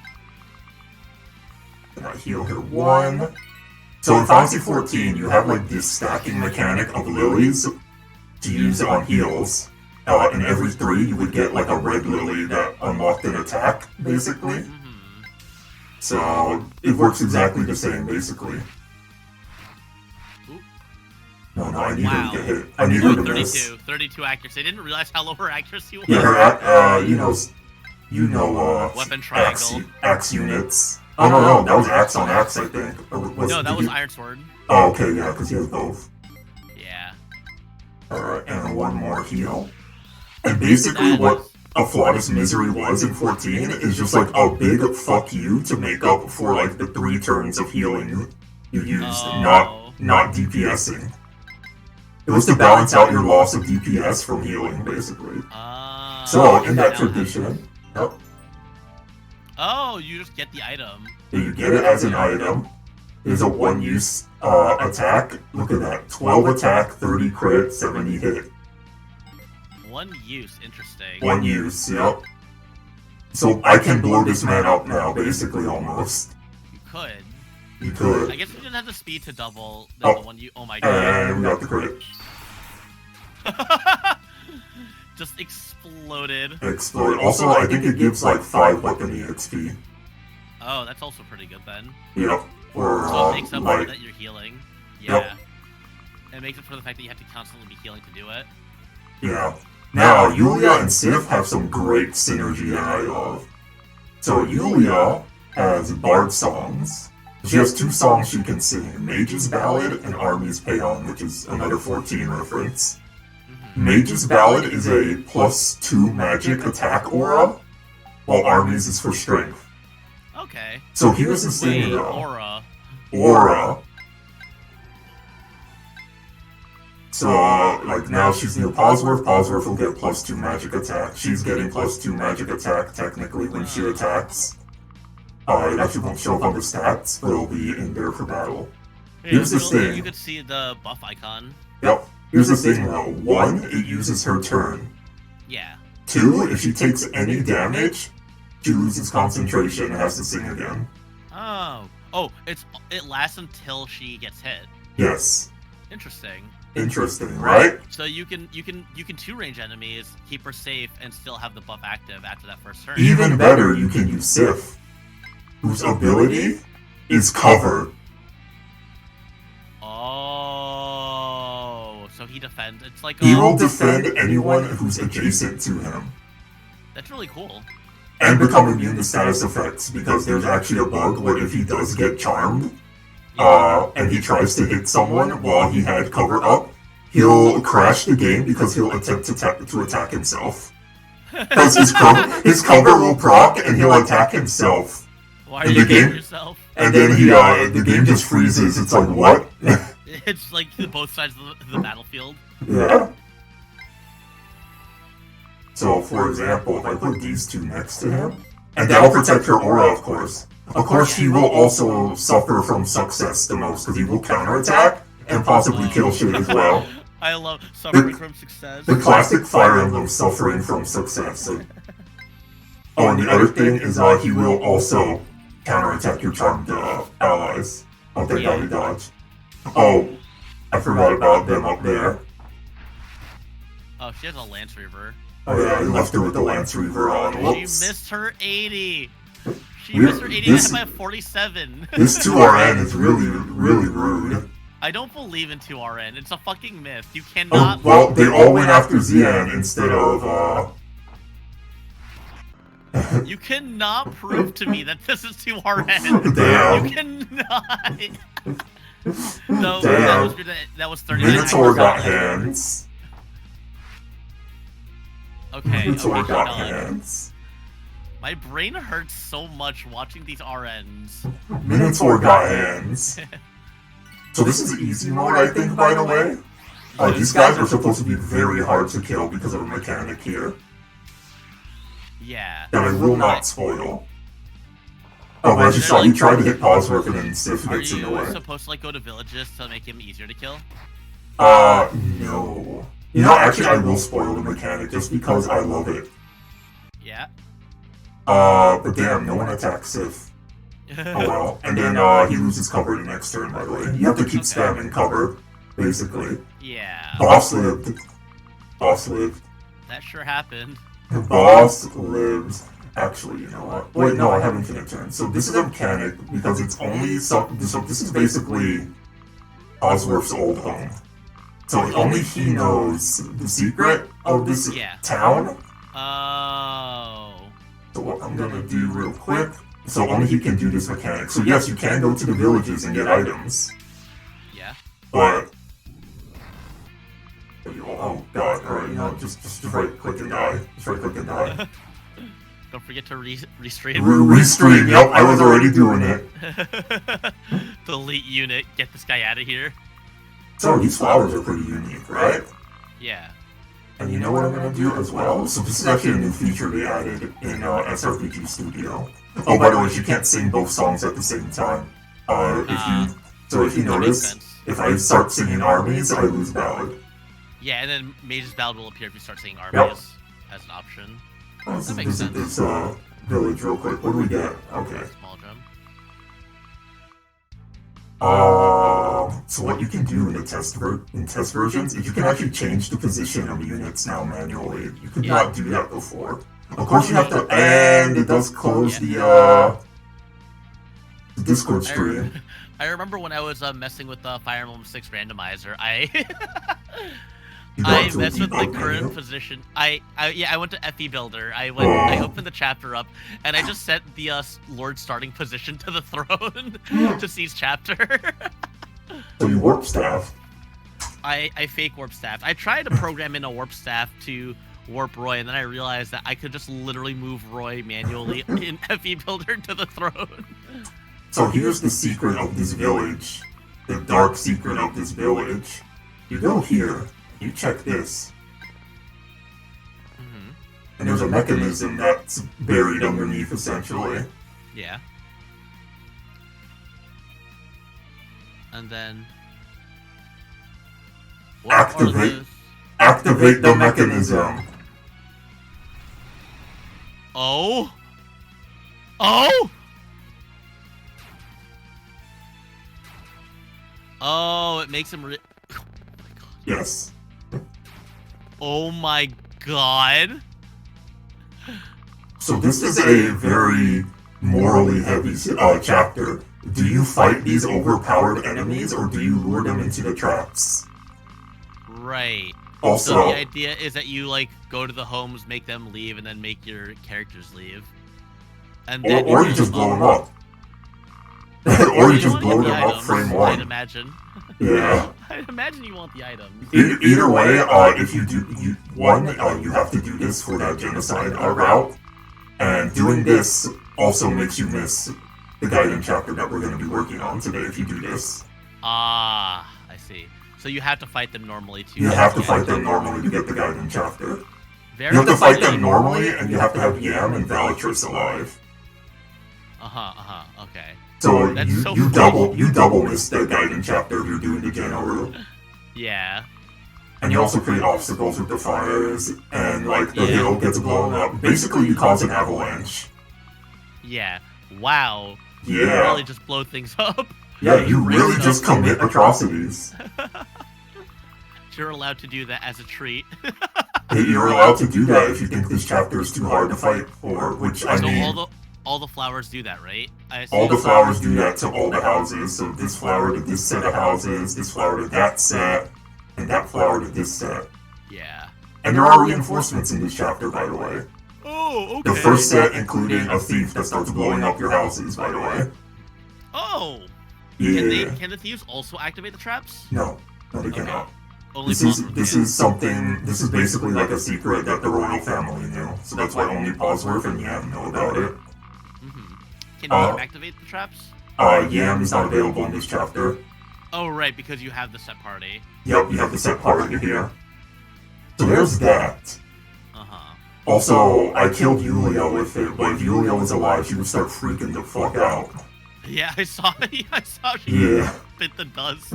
Yeah, she bit the dust. That's this chapter! Yeah, that certainly is a chapter. That is a chapter. And with that, we have this chapter. The chapter we're working on today. Yep. So, the first thing I need to do is actually open up Photoshop, because I need new colors for these special tiles. Because I've used them all already. We got our rescue, our heal tiles, and our save tiles. I need a new colored tile. What's this tile gonna do? Is this for the Fog of War? No, this is warp tiles. Oh. Yeah, we're gonna have you. This level is basically gonna end up becoming Team Rocket stage, Team Rocket base. Oh, is it gonna be like Genesis from Fire Emblem 7? I don't remember that one off the top of my head, unfortunately. Genesis is the second Magic Seal chapter. You know, the one after the Nevada Desert chapter. You know, where it's like an entire grid with doors that open and close. Oh god! Sort of. Imagine that with warp tiles. Sort of. It's more modeled after the Three Houses chapter in like the basement with the Death Knight. Oh, that one. Yeah. But yes, also that. We're just gonna. What if it were purple? Yeah, that's exactly what I was going for. I wanted purple tiles. There we go, and we're just gonna save this as an extra tile set to PNG. And I think we're done with Photoshop. Let's bring that into here now. Got chips. I'm gonna add that extra tiles. What is this? Oh yeah, some tiles that I ended up not using. Yo, real quick, check this out. This was a $20 DLC. Just a picture of a ship? A picture of a ship, and then a picture of this. They're like, oh, we have a ship map now. I'm like, no, this is pre-rendered. This is just... Yeah, it's so bad and so poorly implemented, honestly, and actually... How would you use this in SRP? It's not even the right perspective. Exactly. Like, the angle is all off. And you know how bad it is? What? I actually returned it, and it didn't delete the item, so I'm gonna delete them right now because I feel bad. Having it? Yeah. The ethicality. I'm not gonna use them. Goodbye. It was so bad. I bought it, saw it, and immediately returned it. Oh my god, it cost $20. It was like 20 or like 10 or something. Yeah, you like pirate ship maps, right? We'll give you a picture of a pirate ship. It was so bad. It was so bad. Like, how do you make an engine like that, and then that's the asset that you give? I know, because all the other assets they gave are fine. It's like, it's what is not happening? Even Who in did the this? right angle. Who did? Where's my map tree? There's my map tree. It's sad though, because what I want... Come on, SRPG Studio, really? What I wanted to do is, instead of the League of Legends chapter, the original plan was to have that chapter in Sacred Stones where you're on the boat and you're being attacked by pirates. No. I wanted to do that, but I hate that chapter. I couldn't find... I actually really like it. No, that chapter kind of sucks, but also I like the design of that chapter. You're talking about Ghost Ship, right? Yeah, I'm talking about Ghost Ship. Or like the one in Path of Radiance, which is That one's fine. No, that one sucks in my opinion too, because they have a green recruitable unit who dies turn 1. Astrid? Yeah, she died turn 1 in my blind playthrough. My blind hard mode. Yeah, never mind. And like, never mind. That's the only time I restarted my Tin Man, just because I wanted to see if it was even possible to save her. It's possible to save her. Yeah, you gotta like smite and then shove Ike like 5 times. I'm like, this is stupid. I don't remember having to go through that much effort to get Astrid. And then she sucks. Yeah, you get Astrid so that you get Gatry. Wait, hold on. I didn't actually import the thing. I just raged over the You just raged over the boat. I saw Alliar and I just lost it. Now I can import it. Map tree. We have a talent set. So the thing that's interesting is you can put your tile sets separately, or you can append them to another set. Oh. But I'm just gonna make it its own thing.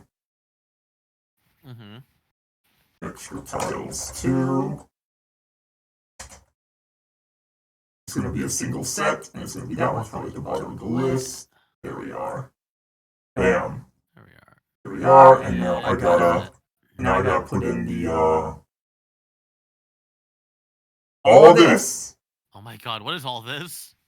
This is the passability. So circle, anyone can pass. Yeah. Triangle, limited passing. I see. Yep. And then you can change passable directions too if you want to make something like one way, which is super interesting. Does that exist in Fire Emblem? I don't think that's a Pokemon thing, if anything. So what I'm gonna do is I'm just gonna copy all these terrains. I'm gonna bring them to the new map. Of course, everything is just default empty. Oh, that's not where I put them. If you recolored an entire tile set, though, you should be able to just copy all the properties from the past tile set, right? I wish. You can copy the properties of each tile, but you have to designate what tile is what type of tile. You can't just like copy it and then replace just the graphics of the tile set. I wish. So I'm gonna just copy this heal tile here, and I'm gonna make it warp tile. And alright, it is in the transform OK terrain group. That's the one that's very important. And I'm just gonna make this tile the work tile, and I'm gonna just ignore all the other tiles. I'm not gonna use them. Everything else is unimportant. Just Everything else tiles. is unimportant. The other thing is our named thief was incomplete right now. Is the named thief an actual VTuber? It is a VTuber. It is Mora the Elf. Oh, Mora! I know Mora. Yeah. She was one of the first VTubers that I met when I started streaming. Oh, really? Yeah. Mine was when I first entertained the idea of streaming. I ran a tweet about it, and I think Tiny was the first one that interacted with it. She's going to be a unique thief class. She's going to be I called it Swashbuckler, but I'm going to rename it to Trickster. Yeah. You can see she has just a bunch of placeholder stats right now. What I want to work on is her optional skill. So... She needs to have stats that are higher than mine. Oh yeah, she's going to have stats that are higher than yours. What I'm going to bring up is a tab that I closed on my other screen, unfortunately. Where are you? I put in another window. Hold up. You can all see my Windows menu now. Oh no. The other quirk of streaming Fire Emblem. I mean streaming, what's it called? Streaming your window. Yeah. Where did I put this tab? Oh, there it is. It's right here. This tab right here. This is a plugin, real quick. That's code. This is code for her unique ability. Because her unique ability is not in the game by standard. What's her unique ability gonna be? It's gonna be Mug. So instead of having steal... Yeah, she can steal and attack at the same time. Yep. Ooh, that's what it's gonna be. So I'm just gonna not dox myself and open my Explorer on the other screen real quick. I always find it interesting that despite how long Fire Emblem has been and how common the thief classes and alternate versions on that, Mug hasn't been a thing that exists. Yeah. You'd think attacking and stealing in the same motion would just be... It would make sense. I mean, they had capturing, for God's sake. They did. Stealing and attacking just seems like it would make sense to have. It's too broken, probably. Yeah, probably. Unfortunately. So let's take a look at this plugin, actually, and read the instructions, which is this commented area in green. So it's basically a skill with custom parameters here. Yeah. You can set damage or percent-based damage. Oh. You can tell it to use a formula or do fixed damage as well. Lethal you can do. Does it use your weapon? Interesting. And then damage type. Okay. I like that that lethal is set to false because the implication is that if you're mugging someone, they're still gonna stay alive. The implication that you go to mug someone, you kill them and take their stuff. Is it mugging at that point, or is that just stealing and looting? Stealing and looting, yeah, pretty much. Okay, alright. Interesting. The one thing I don't see is if you need to put a custom tag. Mug attack script, the script deals damage to a target after stealing. Oh, it's actually, you put it on the steal skill and not a custom type skill. Okay, this makes sense. I'm gonna move this to my second screen. Oh, no, I don't want to download the update to Notepad++. Get out of here. So we're gonna go into skills real quick. Let me close this as well on my other screen.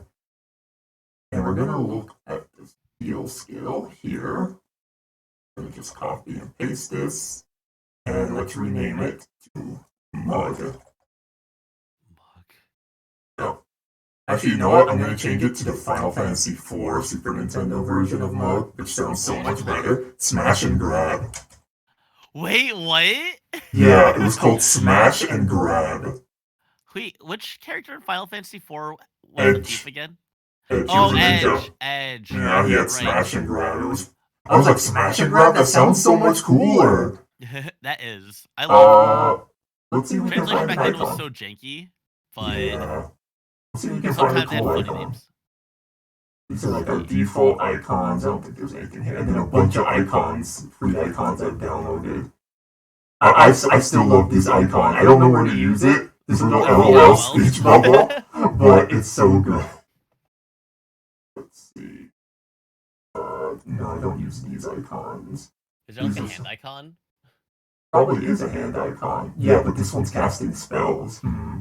Let's keep looking. Sickle, scythes, we got these, some more weapons. There are a lot of weapon icons and book icons. Maybe like a knife icon? It could be a knife icon. I've got these knife icons just in case. Gun icon. I don't know why I downloaded the gun icons. I'm not using guns. Just a mug being a gun, like you're sticking them up. It could be. We got some more over here as well. Oh, hey. Yeah, I think... These aren't even in English. Oh yeah, no, yeah, they're like in language database is just absolutely destroyed. Yeah. Most of these are like made by Japanese users, and then weird. They come in a RAR file, you extract it, and it just fucks up all the Japanese. Those crystals at the bottom of that one kind of look like they could be hands. They could, the middle like the finger yellow up. one, it could be like a hand, a grabby hand. It could be a grabby hand. I think these are actually from Awakening. These icons, I want to say. They look inspired by Awakening icons, yeah. Yeah, let's see. Come on, it's gotta be steel, right? We got steel. Steel isn't available in Awakening. Oh yeah, that's right. I do use this icon for something else, though. That's the only thing. What else we got? I guess I could just use the regular steel icon, if anything. I think we're out of icons. Yeah, we're out of icons. The boss head icon. Like no hand. No, what is like, this? Oh, some more weapons. Just put like a sad face.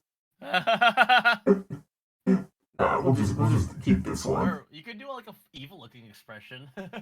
That's true. Steal and damage. Enemies. Yeah. Command name.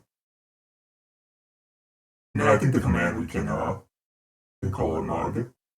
I forgot you could check on calculate by speed, weight. You can make it so they could steal weapons or steal multiple items. It's pretty cool. Steal weapon. You just grab their weapon out of there and you No, can't, that's can't what attack capture's back. for. Yeah. And also we add these custom parameters. We just copy the template here. What? Ooh, I did not paste right. That is absolutely fine. Tabs. You can't use percent and damage at the same time. Actually, I don't think I'm gonna use damage either. I think if I leave formula true, it's just gonna use the basic damage formula. I am gonna make it lethal though. Yeah. I feel like it's just a regular attack. Yeah, it's gonna be an unarmed it attack. also steals. Oh, unarmed attack. Yeah. So they're not gonna. It's just gonna go. It's not gonna use their weapon. It's just gonna go with raw strength. Yeah. God, need someone to just. That's just you just straight up just punching them in the face and then yeah. taking their stuff. Because I don't want it to be like too strong is the problem. Yeah, understandably so. Because then it becomes why use regular attacking ever. Yeah. Which is what I don't want. I'm gonna put that in there. I'm gonna give that to her here. This long list, unorganized list of skills. We're gonna give her smash and grab. And we'll mess with her class name and graphics later. She has a test sword on right now, which is like 100. No, it's like 255 accuracy, 255 crit sword. Yeah. Better make sure this is my little test map that I have so much footage of. I remember. Let's see, let's bring her in. Get that update. Oh yeah, she's supposed to start off with like a knife weapon. I added the knife weapons. Go through. Here's air cutter. Oh, my Fugi broke. Oh, your Fugi broke? Oh no, you're just another Fugi now. I'm just another Fugi. You're Cat Elliott. This is my Discord icon. Oh! Why is it like this?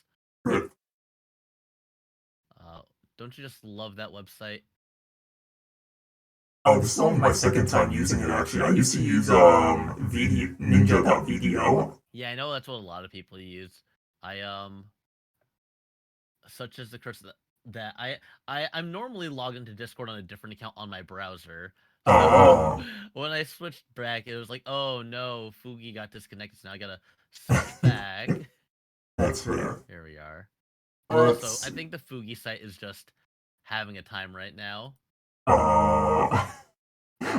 Bad gateway. I forgot I made the Star Platinum tome for a meme. There we are. So, these are our daggers and our knives. So we got Swim, Iron, Steel, Silver. We've got Assassin's Knife, which is a poison knife. Rope Knife is a silent. Yeah, it's a silence knife. That's Tiny's, right? Hmm? Isn't that Tiny's knife? No, Tiny starts with a killer weapon. She doesn't have a knife. Right, but isn't her thing about kidneys? Kidneys. Her thing's about kidneys, yeah. And then I added the Wing Thresher, which was very flyers. Yep, it's an anti-flyer weapon. Interesting. Which I thought was very interesting. It was the first time I saw it in 3 Hopes. Huh. Yeah. And it was for thieves? No, it's a sword. It was a sword in 3 Hopes. Well, I thought we have so much flyer hate already. Yeah. That I wanted to make it exclusive to thieves. Flyer hate. Lots of flyer hate. I was going to give her a promo item, but she's a pre-promote, so. And let's test that now by giving someone some items. Here's Cass. Oh, she has a canister I can steal, okay. It's a bunch of random test people. Oh, and you'll see the old version of Boss, where he was an optional deploy. And they were an optional deploy. Like Merlinus is going to ask me if I want to deploy Moss. Yeah. Say no. Oh, and also Scarberry randomly dies because I wanted to see if you could kill someone who's not deployed. The answer is yes. Yeah.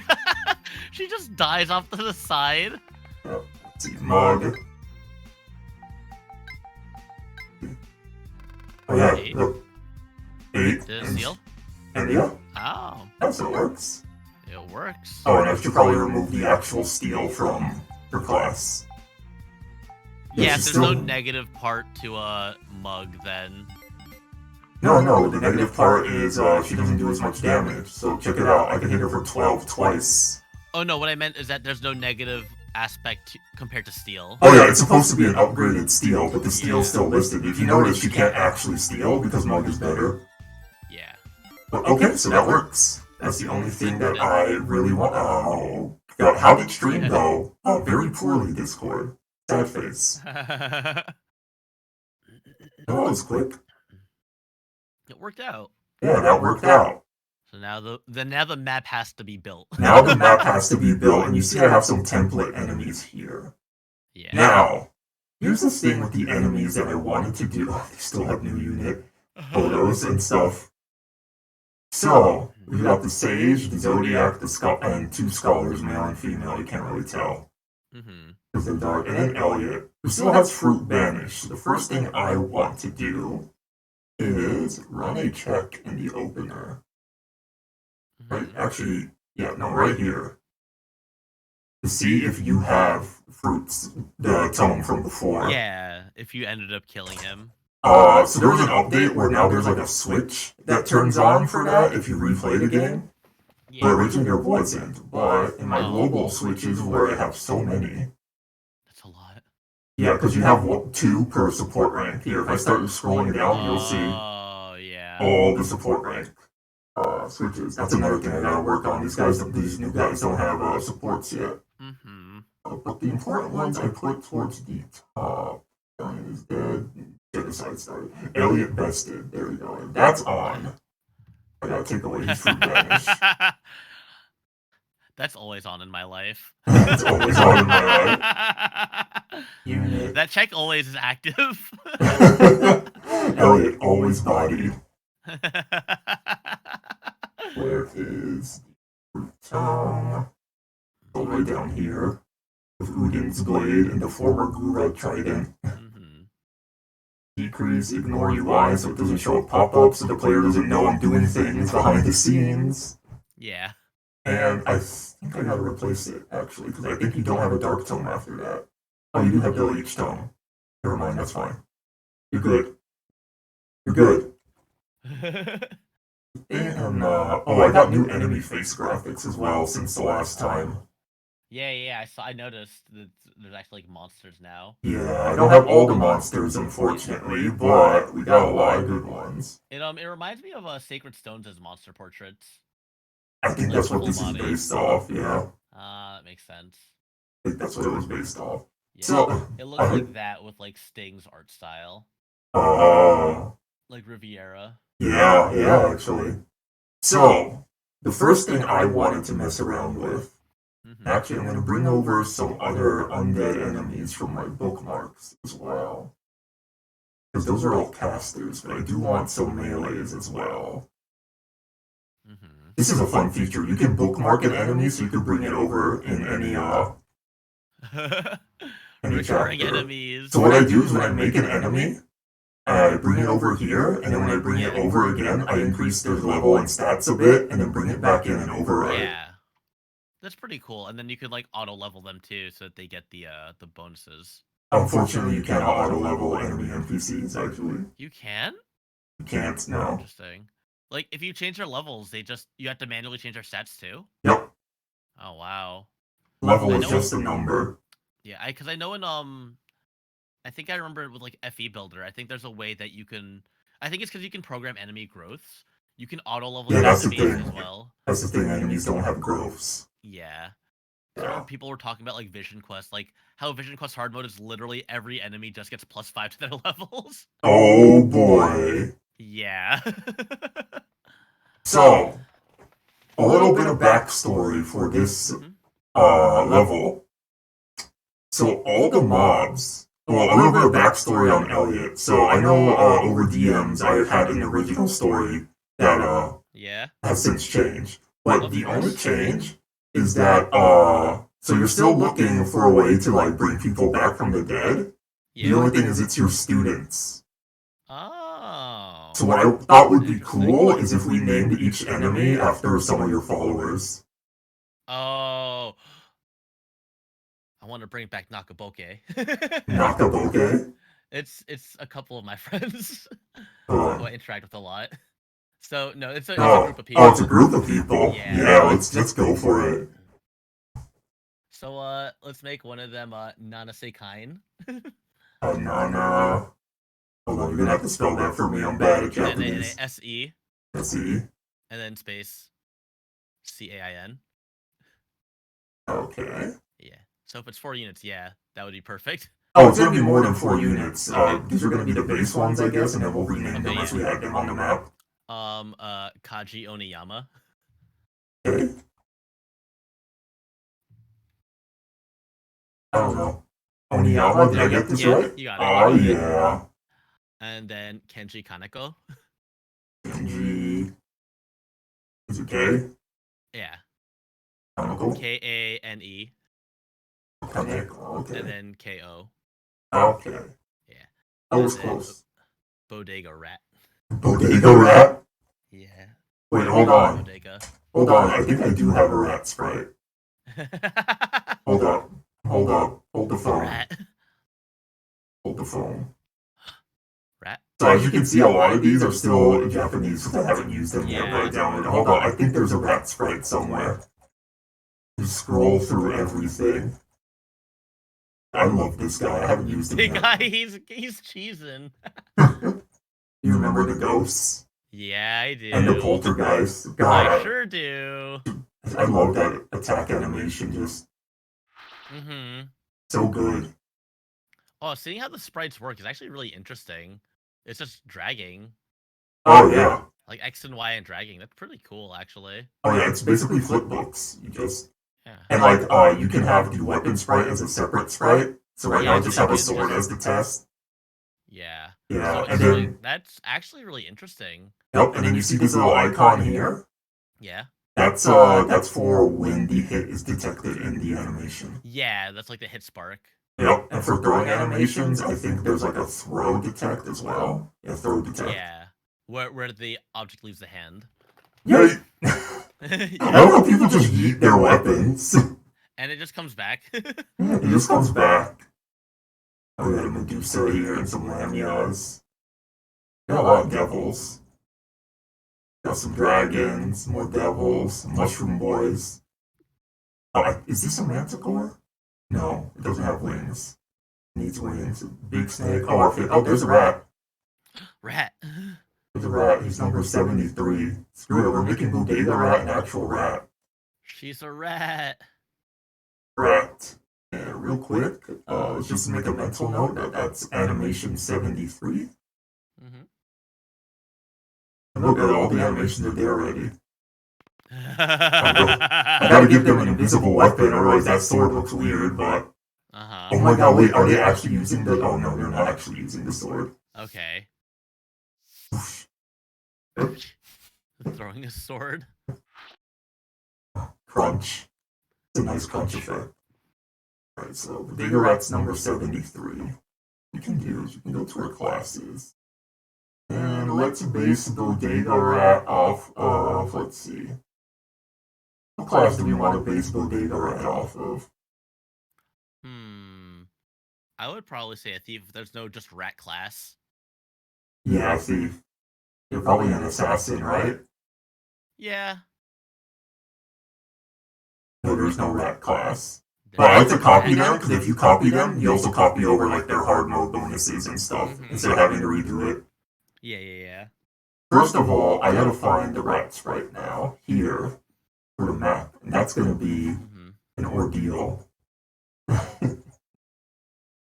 Let's see. I really should... 73, right? Well, no, it's animation 73. It might not be map chip 73, but it should be in the same order. So here are the Lamias. There's the dragons, the devils, the mushroom guys, the manticore. There we go, Bodega Rat. 55. This is 73. Yeah. 73. Oh, he's right next to Catboy.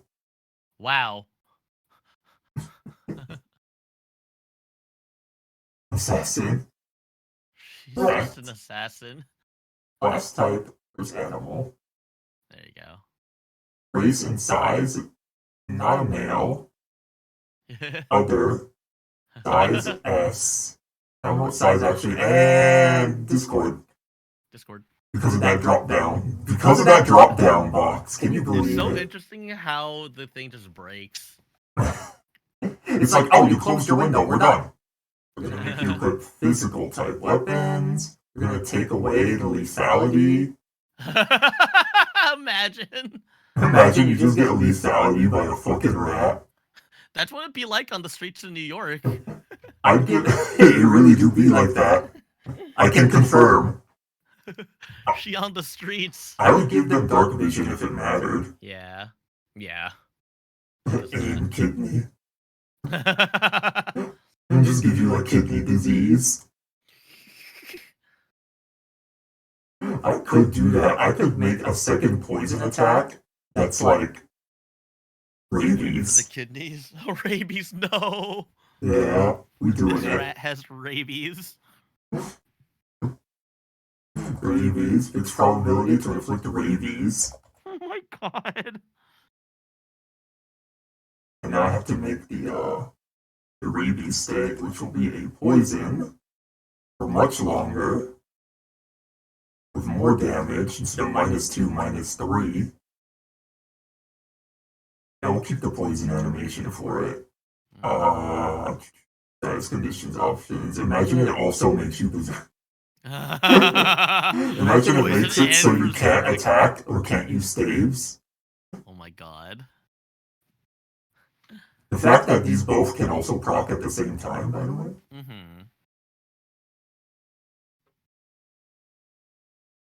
Oh, I didn't actually name the state rabies, though. I should do that. Rabies. It's like in like other games, like other like joke RPGs where they have like the same status elements, but they just name them different things. Have you ever played Barkley Shut Up and Jam Guy? That's exactly what I was thinking about. how like glaucoma is the replacement for like blind and others. Oh my god, it's so fucked. I'm sad that Barkley 2 has yet to come out. Barkley 2's never coming out. It's They true. canceled it. Did they finally cancel it? They officially canceled it like a while back. Oh. They announced it, but like I forget what the reason was, but that game is never coming out. Damn. Also, it wasn't going to be an RPG, which really made me sad. Oh, was it? Damn. No, it was gonna be like an isometric shooter. Oh. Yeah, Yeah. it was gonna be really different. I'm sure the Hey. humor would have been the same though, but Yeah, that's true.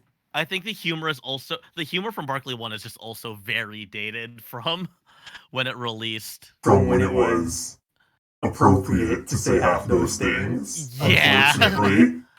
Even if it was said in irony, it's just. But I do miss Square Enix Goya. Square Enix Goya. Let's undo this bodega rat for now and make an actual bodega rat. The bodega rat. Oh, you know what? I don't think there's a base graphic for rats either, so I'm gonna have to use the generic one. Let's see. Yeah, I might have to just use one of these. Hold on, I gotta make sure there's no. That's pretty close. That's actually pretty close, yeah. It's a rabbit, but it's close. You can't spell rabbit without rat. So... No, these are just all human classes.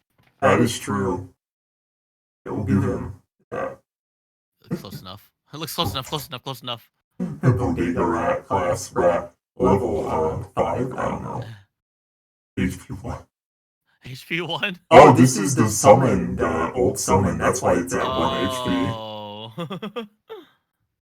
How much HP Elliott got? 44? This man should be beefier, right? Bodega rat, 56. Yeah, all my friends are beefier than me. I mean, you are a mage, to be fair. That's true. Let's see. How much were your stats? 13, right? Like the 13s before. This is excluding class bonuses. Class bonuses? 14? Yeah. Like 5 magic, who cares? You know, I feel like rats are very skilled, so I'm gonna give them 18 skill. And they're extremely fast. This man's gonna double everyone. Let's give them the 15 luck. How much defense did you have? 6? Really, Bodega Rat doesn't have that much defense, so we'll keep it at 6. She's fragile. 2 res. And they'll already have extra move. Build. Probably low. We can give it these fang weapons. Well, that I made for Scarberry's form. Claws and fangs. Brave Claw. Oh my god. No. I haven't even introduced silver weapons except the one yet. Right, the silver lance, right? Yep. You know what? Yeah, I think it's time we start using silver weapons. We'll give her a Vorpal Claw. We'll give it a Vorpal Fang. Yeah. There we go. She just goes for crits. I have a very stupid idea. Yeah. To add to Bodega Rat. Hold on.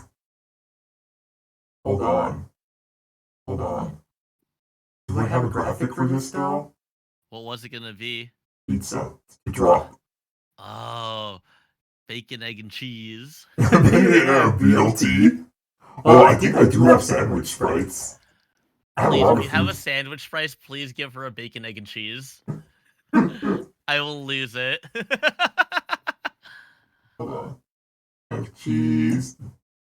I have like bread sprites. Hold on. I think the bread sprite works. The bread sprite would be enough, but hold on, I might have more down the line.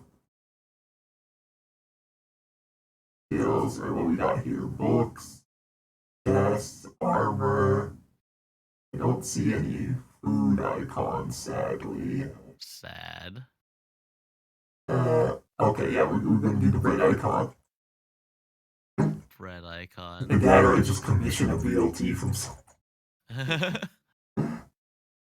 Oh god, I lost where the sprites were though. Oh, must be higher. Higher on the list. Let's see. This looks like a good BLT, right? It's gotta be not a it's gotta be a bacon, egg, and cheese. She sells them at the bodega. Alright, bacon, egg, and cheese. That's like I could just do a that's cheese like wheel. the New York. You could. That'll work too. Cheese to meet ya. Cheese to meet ya.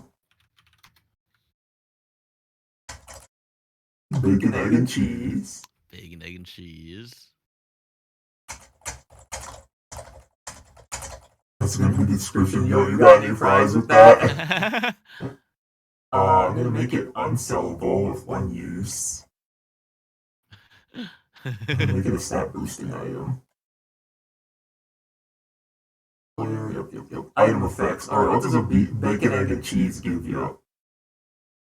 What? I feel like it should just be a full. It should be like an elixir, a one-use elixir. A one-use elixir? Yeah. Full recovery item. Yeah. I think Fresh from the with bodega. full recovery, you also cure your statuses. So if you can cure whoever got bodied by bodega rat. Yeah.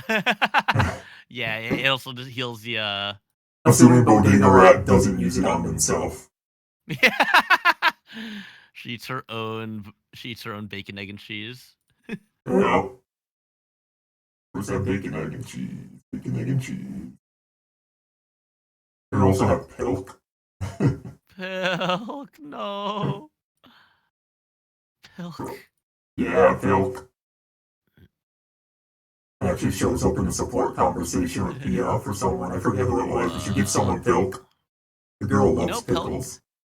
Pilk isn't that bad. So I've heard. To be honest, it's pretty okay. I'm a fan. I think I'm a fan of Pilk. So these are your homies, right? These four? Mm-hmm. Alright, so they're definitely gonna just be assembled around you. The squad. Squad.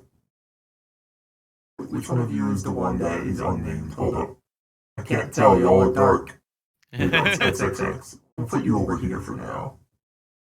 Squad. Right here, and they'll be like approach only in range types. Mm-hmm.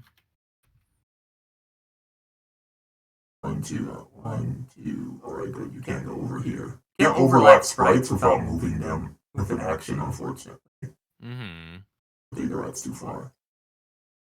Okay. This is starting to become a Shaping thing. up. Yep. Now I think we take a break from enemies and we start shaping up the map. Actually, what I gotta do real quick is make a test for this warp tile. Let's do that real quick. I'll just use one warp tile. The way I'm going to make them work is I've gotta make a custom command again, command strings. We make the warp command, which is a custom command for events. Mm-hmm. We go in here, we change it to warp. And what we can do is, so what this should do is one, secretly add Kanto to the warper. Mm-hmm. That makes sense. First to change skills. I'll find it eventually. Here it is. There So it is. the active character will get Kanto. If you know what, you can change it slightly. You're going to get a status effect that gives them Kanto that lasts one turn. Second is the easier one. I think I have some. Other rescuing. No, I didn't make that yet. Temporary Kanto. Temporary Kanto. Not a status condition, it is hidden from the menu. It gives you Kanto. Last one turn. Wait, that's region. Accidentally make the region. It lasts one turn. What we're gonna do is we're gonna inflict them with that status ailment actually. Click state, active player, ignore UI, 100% increase, and cancel. I didn't even give it a symbol because we don't need one. And then do unit appearance of. Aha, we can't do that exactly. Okay. Well, then we do this. We store the unit in a variable. We'll store them, put them in there. Just put them in a variable. Get them out. Let them free. Set this to the active unit's ID.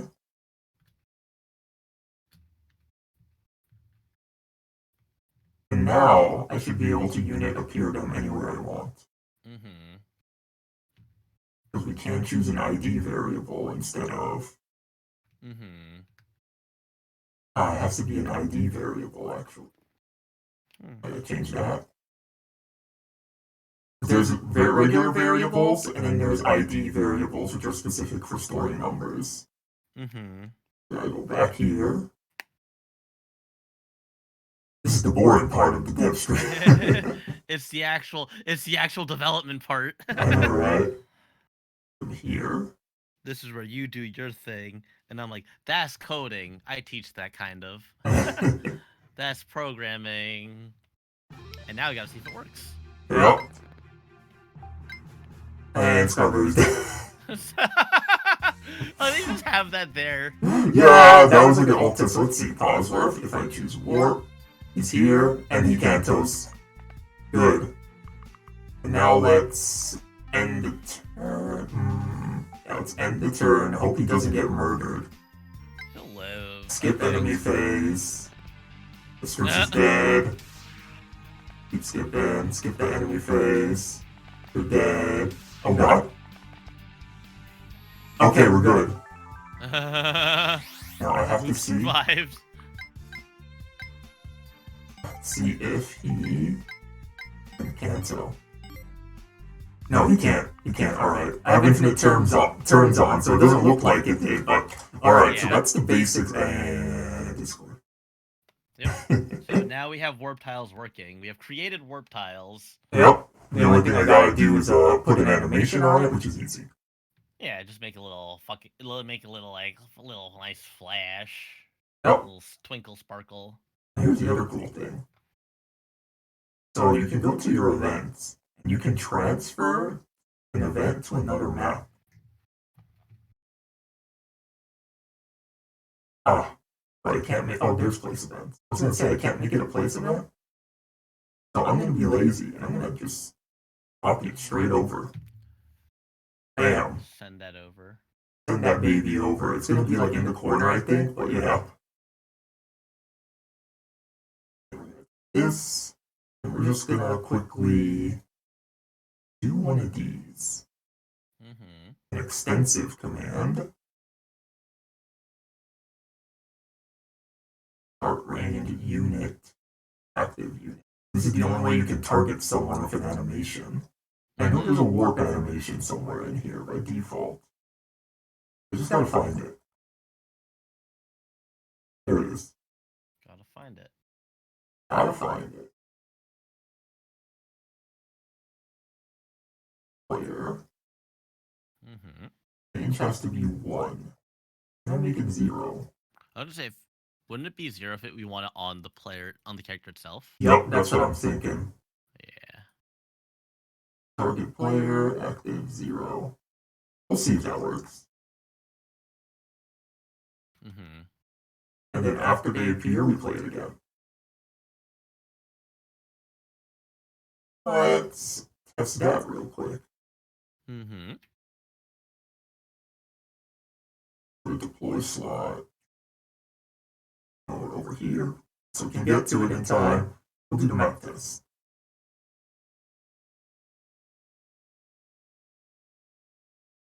Map test. Oh yeah, that's right. I might have to reduce that turn count depending on how long this chapter is, but yeah. I guess our level 1 Draco because I haven't programmed a test yet. Let's see, warp just tile. Runs straight into. Warp. Oh, and she cancels. There we go. Alright, it's working perfectly. So we got that now. We did it. There are warp tiles. There are now warp tiles functioning. Let's mess around and... I assume the map, he's going to be in like a throne room, an enclosed throne room essentially. Essentially, yes. I actually wanted to do that first. What we can do is we can start drawing the warp tiles and program them later. I want. There's going to be 4 entryways in there because I'm a slut for symmetry, let's be honest. 4 entryways? 4 entryways. I don't think they're all going to work though. There's only going to be 1 entryway, but it's going to look like there's 4. Just 2 of them teleport to each other? Imagine. You just cut them off. This. This is just looking like 32X from Fire Emblem 7 now. Is it? No, not exactly. Because 32X had a door. This is just an enclosed box. Enclosed box, yeah. Because 32X was a diamond-shaped map where it was like a spiral that you had to go through a lot of hard enemies. Very claustrophobic-looking area with a magic in the middle. Well, let me make sure no one gets 2 ranged or 3 ranged. Yeah. I think you'll avoid anyone getting 3 range because that would imply that these characters would walk towards the edge in the first place. That's true, but also Leon's a thing. Right. Well, Leon is going to be able to hit these guys regardless, I'm pretty As long as you can see them, yeah. Yeah. That's why they're gonna have siege tomes. Oh no. Your favorite. Hold on, wait, I have this list here. This list right here. So we got Theracia Fog. That's gone. Elliott waiting 25 turns, that's gone. We got Status Staves, Siege Tome, Brave Javelins, that's right. Yeah. Brave Javelins. God. God, I'm going to regret adding those, because then they could be captured over. Imagine. I know. Okay, so we got you can make them untradeable. That's true, but then wouldn't you feel cheated if you tried to capture just for this Brave Javelin? You can't take it. If you make it yellow, I think it should be fine. That is true. It should be known at that point that yellow weapons cannot be moved around. That is true. I gotta figure out the color code for that yellow to make it that. Because by default, untradables don't appear yellow until you. Oh wait, actually, they don't appear yellow until you attempt to trade. That's perfect. Yeah, cool. So we've got the end of this chapter. Now let's get the beginning of this chapter, which will be right here. There will be 3 warp points to choose from. If I could do symmetry right. My need for symmetry hurts. My OCD need for symmetry is painful. Actually, I feel that. Sometimes you just want things to look nice. Let's pull this out more, actually, just because I need space for the deployment slots. Arrow's gonna be cramped in here, right? Or whatever. And then there's gonna be like a couple of warp tiles in there. Oh yeah. This is certainly an interesting map, shaping up to be an interesting map so far already. Oh yeah. So 3, and where are they gonna lead? Exactly. That's the other thing. What I want as well is right here.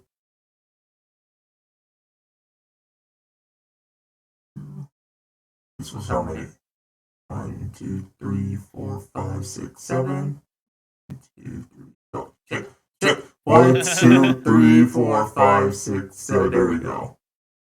I'm gonna have here, and I messed that up. We'll correct it later. Is just to make sure you hurry.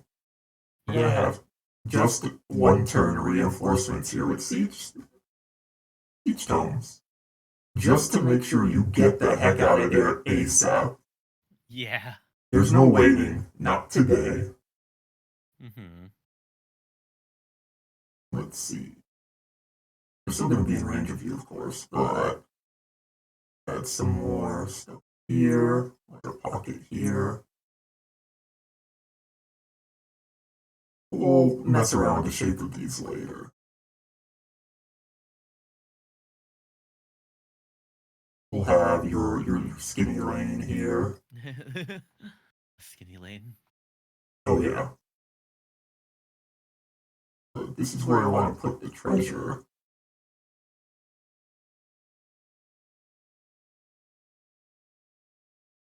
Gonna be where the treasure is. What we got? You got a particular shape you enjoy? Do I have a shape that I enjoy the most? Let's see. No, not particularly. I am a fan of the diamond in the middle. Oh, we already shining bright like a diamond, so. And stream is DMCA. Yeah.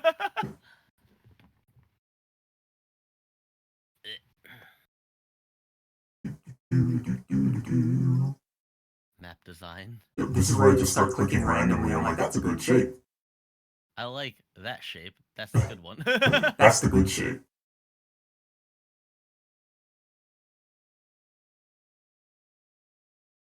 That's a good shape. So, the strong shapes here, and we're gonna redo the shapes just to make them look more like real things. Oh yeah. Later I'm gonna like fix the shapes. And then But it'll this is actually just- look like a real map. Yeah, this is to just get like the general gist. Yeah, that's what I usually do. You should see how ugly like the castle maps are, because I don't put in the walls yet. Yeah.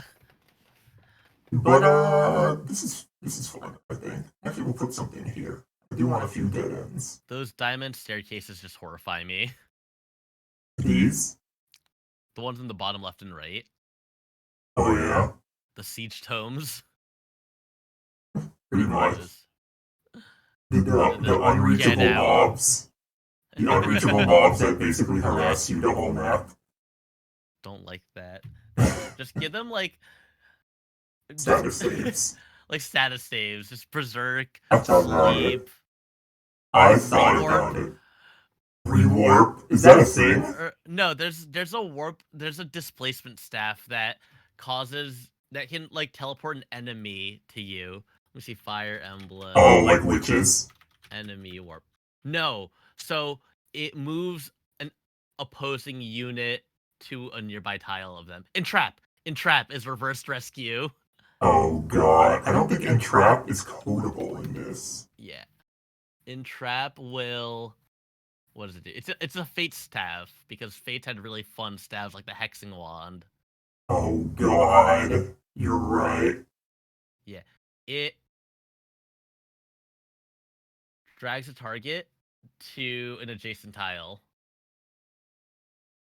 That is evil, and I think that's actually possible to make.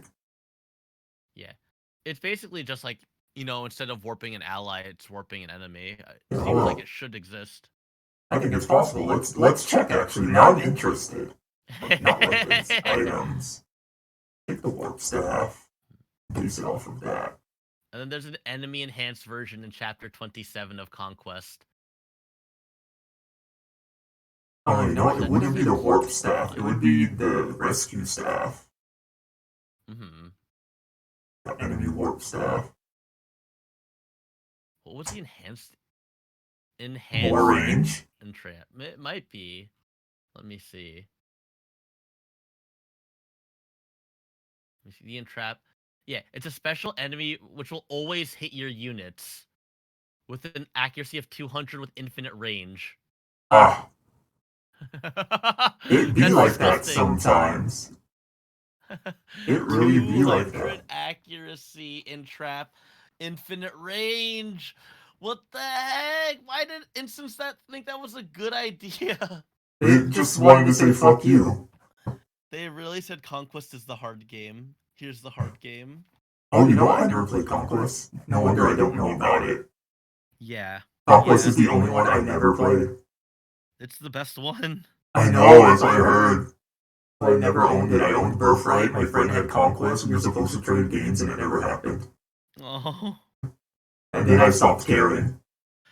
I mean, you can run it on Citra pretty well. It's a very That's good true. Fire Emblem game. That's true. I have not touched Citra actually once. Yeah, Ironically. it's surprisingly it works really well. Real quick, I think Moop is going to need some Master Scrolls to use that that staff that's still called Rescue. It didn't even change the name. There, she can use it now. Rescue, reverse skew.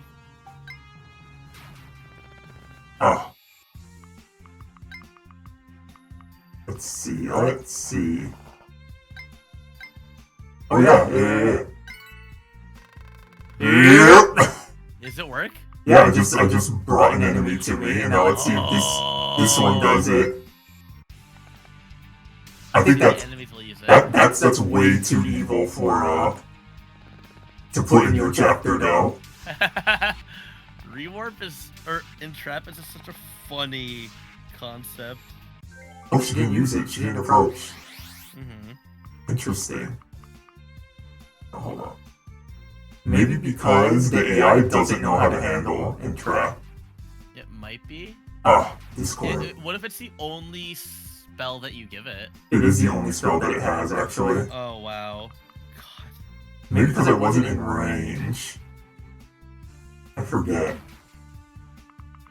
Or maybe I did something to its AI. It was doing something else before. Wait a second, you're not Scarberry guy. And let's put up the screen share again. Here we are. Alright, let's see. No, it's just not using it. Hold on. Let's see. See, what's up with your AI? Nothing. Yeah, she just won't use the rescue staff, it looks like. I guess it's like really hard to like understand the logic, right? I guess Yep. you would have to like probably. I could force use it. Yeah, force use. Yeah, like I can actually. Like it just uses it on the nearest target or like the farthest available target. Yep, that I can program. The force use. That's something to put in my back pocket for later, though. Yeah.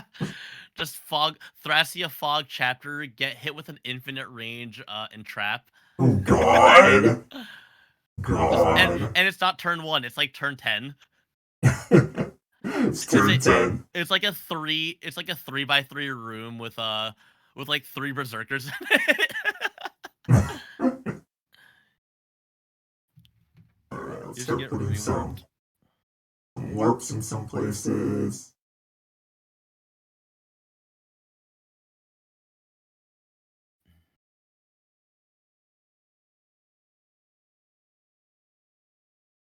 Fuck you, dead ends.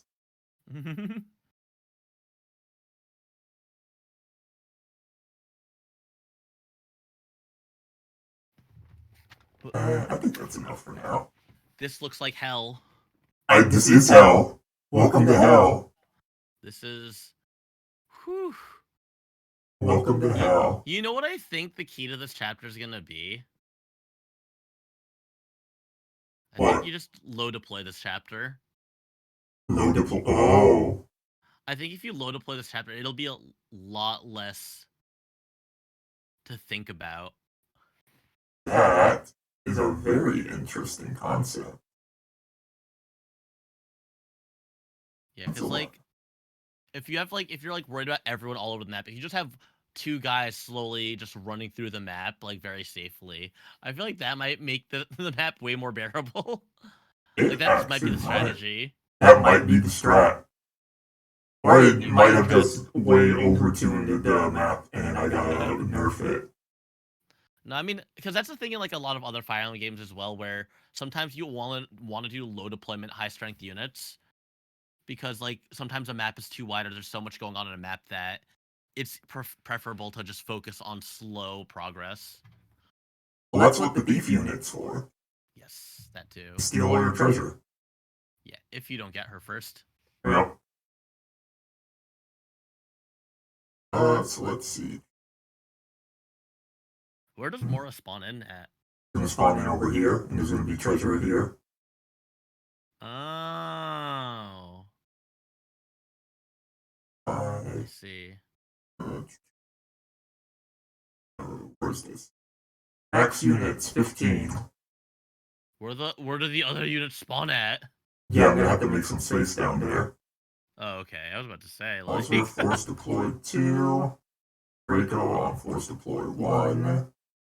On force deploy 3. Battle prep, yep, map color day. I'll write the victory conditions later. So, we'll do this now. That's not it. That's not it. That's not it. There we go, that's the song I want. The same song as the Phasmo Yeah. chapter. Like that'll trip 2 better, and this is it for now. Write that stuff later. Got the fog in there though. Alpha 255. Alpha. Okay. We're gonna have to rework this area a bit. Mm-hmm.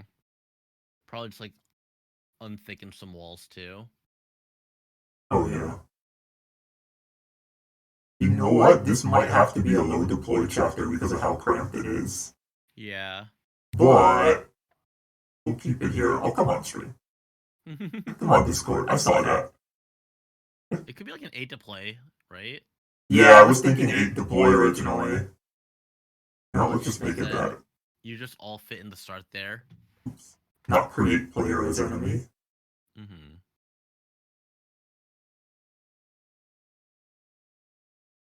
You know what? Nah, we'll make it a 10 deploy and take these spaces out.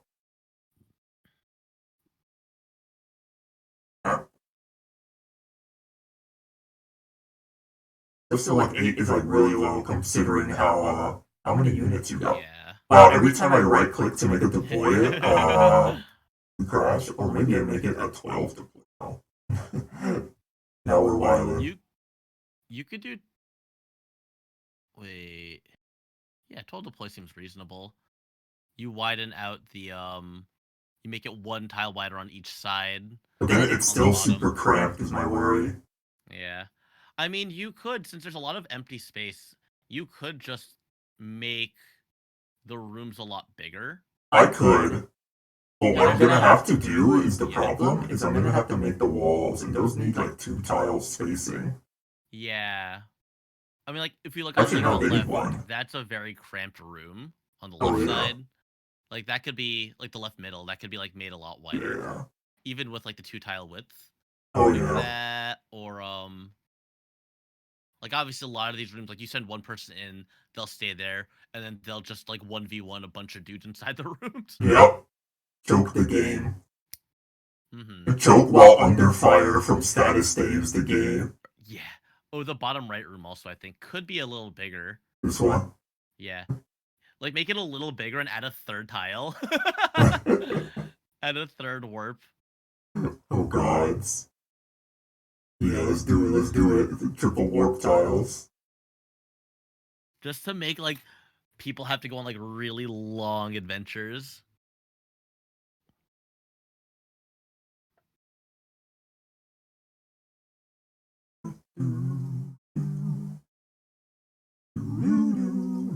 Oh, I just noticed the little background music I had stopped playing. It's asking me if I'm still here. Oh, YouTube moment. Are you still watching? Oh, yeah. I'm still watching and chilling. Technically. Here's our 3rd warp. This is gonna be a shit show. And I guess we gotta start making the warps for all these tiles, huh? Mm-hmm. My favorite way to do this is let's work backwards.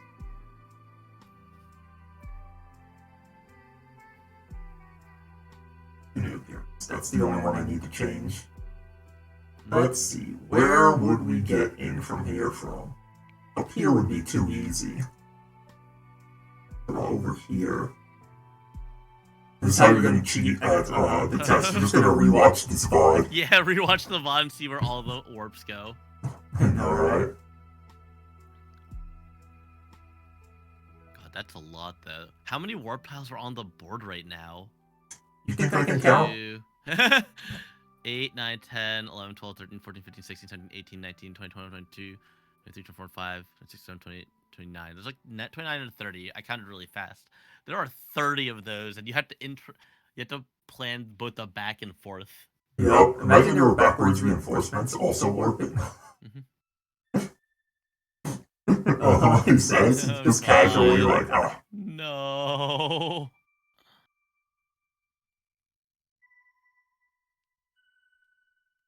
This warp to... At least these are relatively easy to copy and paste. Here. This is basically Team Rocket base. Mm-hmm. Team Rocket base. There's like what Flannery's dungeon from Pokemon Ruby Sapphire. Oh yeah. I have the faintest memories, honestly, of 3rd gen, only because I didn't grow up with it. I played it much later when a friend sold me Sapphire for like $2. Oh. Back when like 5th gen or 6th gen was coming out. Mm-hmm. Yeah, I skipped on Oros too. I also skipped Oros, yeah. Like, I loved 3rd gen, but then like when Hoenn was confirmed and everyone was excited, I was like, huh. I like these games. I'm not gonna get the remake. Yeah. It's funny because Gen 3s is just my least selected because of that. But my favorite Pokemon is a Gen 3 Pokemon. Is it Gardevoir? No. Is it Metagross? No. Is it Salamence? No. Is it Spoink? No. Damn, I'm really bad at this. Is it Glalie? No. Damn. What's your favorite Gen 3? What's your favorite Pokemon of all time? Sableye. Oh god, wait, no, that makes sense. Wait, how does that make sense? No, I mean, like, it's a cool Pokemon that I just forgot to list. Like, I thought you were like... a lot of cool standout Pokemon. I thought you were like, oh, that makes sense, this guy is a troll. Not necessarily. I just, like, when it comes to, like, cool Gen 3 Pokemon, Sableye is pretty up there. I'm super sad because of the technical nerf he got. The technical nerf? Are you talking about the fact that he has a weakness now? Yes. Yes. I used to, oh my god. So Gen 5 was like my last competitive gen that I played. Back when Sableye was UU and he had the Prankster anti-lead. Yeah. I loved Prankster anti-lead so much, especially because I usually played Monotype. Monotype was what I did, and I usually played Ghost, because that's my favorite Pokemon type. Yeah. Occasionally I would play Mono Poison, which is another fun one. But that Sableye anti-lead. Just walk into the room, taunt, refuse to elaborate, leave. Pretty much. Okay, I lost my place. Oh no. Oh no. Oh no. Alright, so this slopes down there. 29, 26? Yep. Alright, that's where it was. I was here. This is gonna go back here. Now this looks stressful because... It's not logical. You just have to remember... we can't cheese it if you don't even remember which one is somewhere. Even I don't know how to play my own game. I don't know how to get to the end. Imagine getting to the end. You just have to keep on going. Just keep on going. Yep. Eventually, you'll get to the end.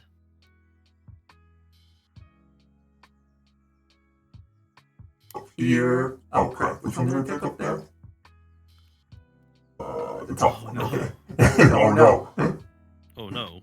It's taking all my brain cells. Oh my god, it's so much. This down on paper first. Like, written each room down. The rooms that only have one are really scary. You just go in and there's like 3 enemies waiting for you on the other side. I know, right? And you can't go back.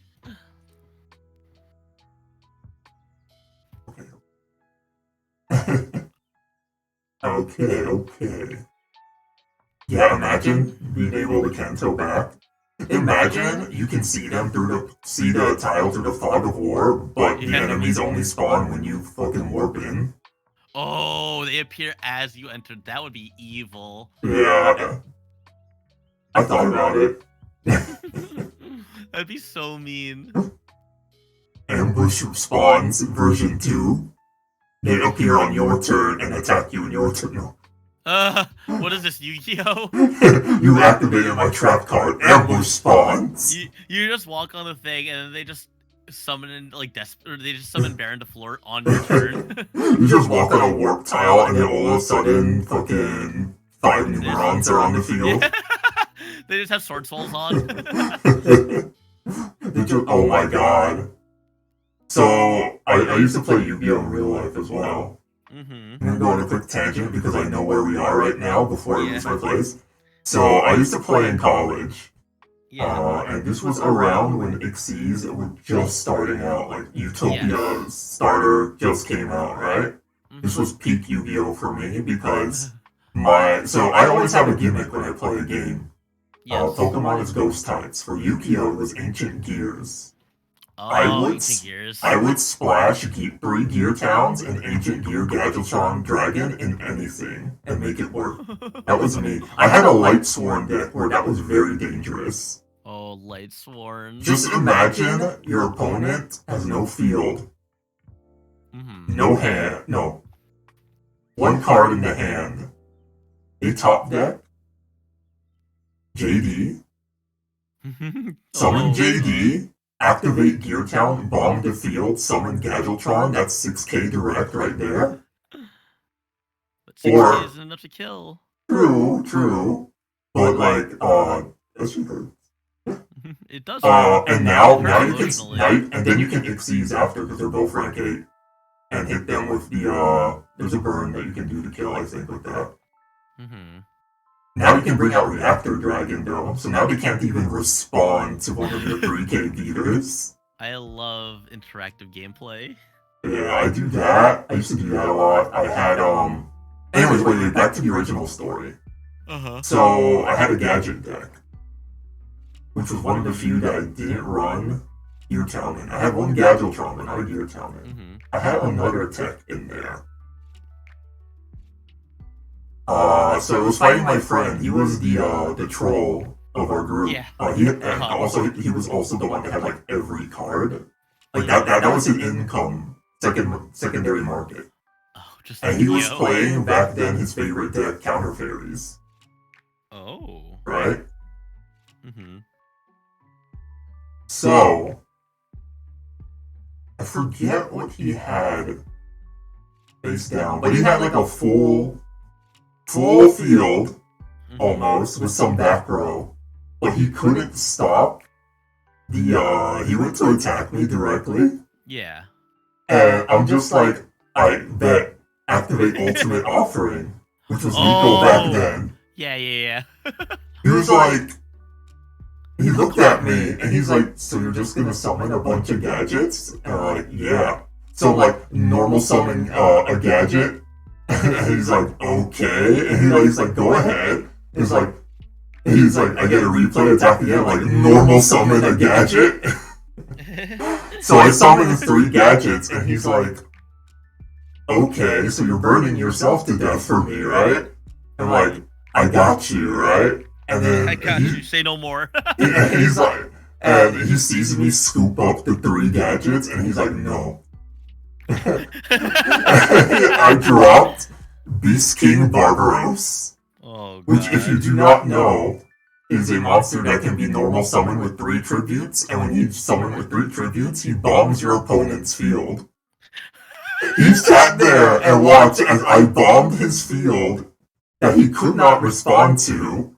The troll has been trolled. During his own turn, he's like, did you just bomb the field during my own battle phase? Little did he know that would become a staple of Yu-Gi-Oh!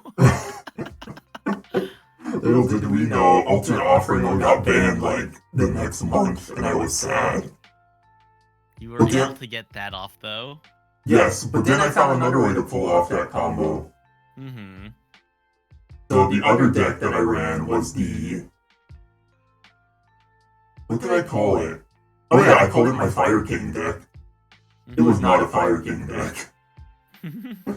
But it ran Fire Formation Tenki, and it ran Fire King Yaksha, and it ran, Fire King staples such as Gear Town and Gadgetron Dragon, and Card D, Card D, and Swift Scarecrow and Battle Faders. And this is how that deck went. It ran Dark Coffin. It ran Dark Coffin, and it ran stuff that like those trigger traps, like when you have something face down and it gets destroyed all face down. Yeah. So anyways, the strat of this deck was to, 1, get Fire King Yaksha, which lets you, when it's destroyed and sent to the grave, destroy a card in your hand or on the field. So I could pick Gear Town or Dark Coffin, right? Or I could pick the Wicked Eraser. Which is another card that when it's destroyed, destroys both fields completely. This is during the damage step. You cannot respond other than with like a counter trap. So imagine, I have my field, set Gear Town. Yeah, I set my field spells. Set Gear Town, set Yaksha, set some back row. And you're like, bet. You just destroy this monster. And then I drop that eraser. Now my field has a Gadgetron Dragon.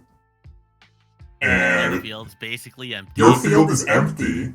And you're forced to discard X amount of cards based on how many Dark Coffins I had on the field. Yeah, that was fun. Oh, Yu-Gi-Oh! God, Yu-Gi-Oh! But now it's just so, Ash Blossom and no fun. Yeah, I mean, like, they made Ancient Gears stronger with, Ballista, but... They gave me Math Mechs. I like those. Oh, yeah, I remember I saw you play those. That feels very on brand. Just Math Mechs. That's true, yep. Alright, so this is gonna go finally to... No, not the start, we're gonna go here. Just gonna continue this pathfinding now. We didn't even go like the enemies or anything. We just like made placeholders. There's just a random skeleton. He chillin'. He chillin'. No, I don't want it to be the middle. People know I love symmetry. I'm gonna make it the side. The side that gets you on that path.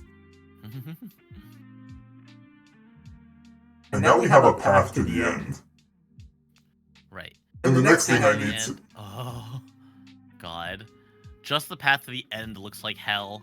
Yeah, this chapter's gonna be hell. This chapter may need to be nerfed. Now we gotta make a... want to playtest. Yep. Now we gotta make a path to the treasure room. Let's make that. Working backwards is so much easier though. Yes, it is. Where are we gonna put that?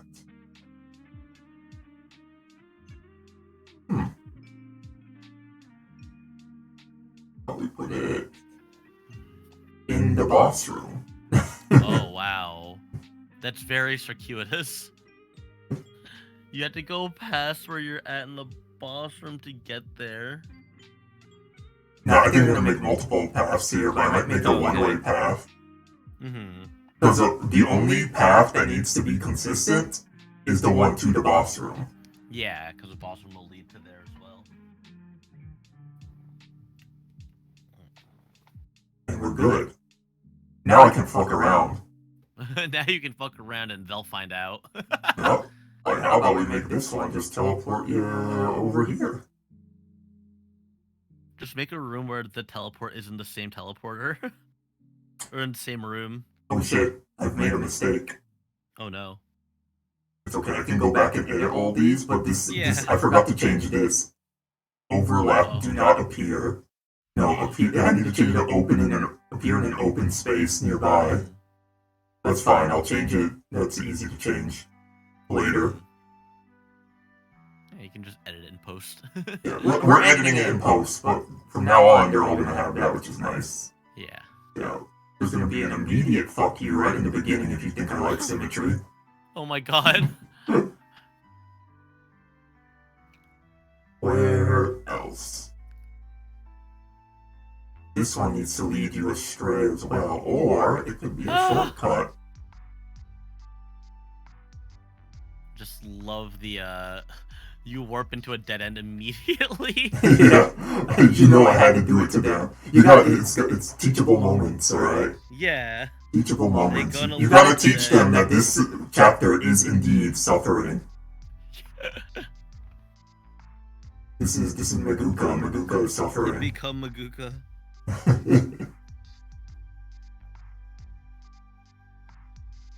To become Maguka is suffering. put a short teleport here as well. Mm-hmm. To the treasure room. Ooh, short teleport. Reward experimentation and spreading out. Absolutely. Gonna put some fuck yous.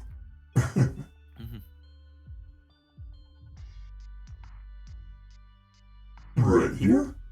Yeah. Actually, no. I'm gonna make this especially fuck you. I'm gonna make you warp in place. Oh my god, you can do that? Of course I can. God, that's so funny. Check it.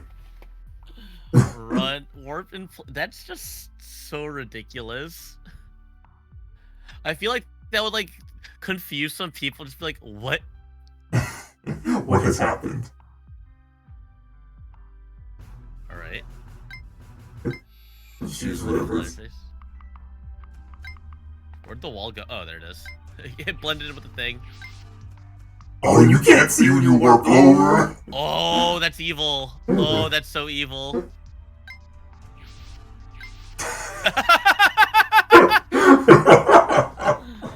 It just keeps you in place. Just get juked. You're like, wait, did I do anything? I had to make sure that worked. That's so funny. As you can see, I am a massive troll. Map design is my passion. Map design is my passion. I made a mistake. Have you made a mistake?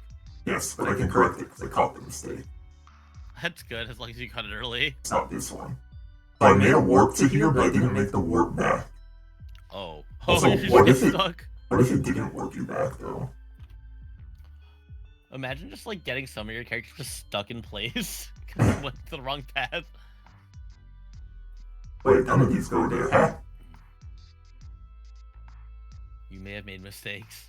Or did I just forget where I put it? God, now I gotta watch my own VOD. 417 is... 2, 4, oh, it's one of these, okay, yeah.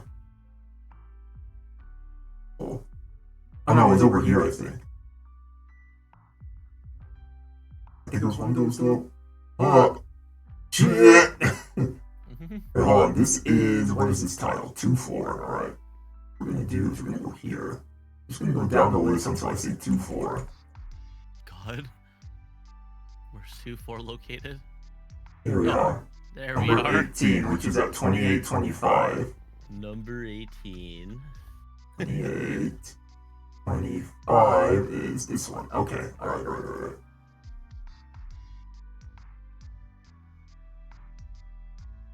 Yeah, screw it. This is not gonna warp you back. You're gonna get juked.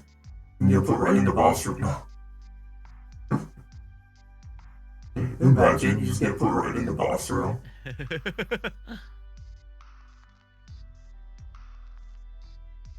I'm gonna have to go to this dead end.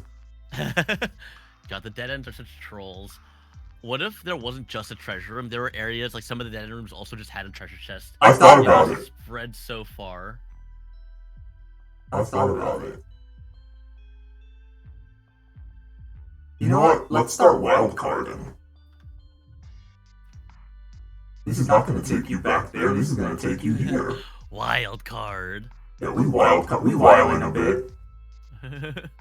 We being a little ignorant. We're being a little degenerate. Disrespectful. Disrespectful map design. You're just going to get juked so bad. This dead end will lead to another dead end. Oh god.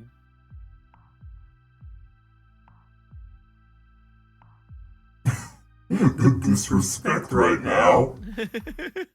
This is just such a rude map. It is a very rude map. I think the 25 turn Rubik's Cube is fine. Yeah.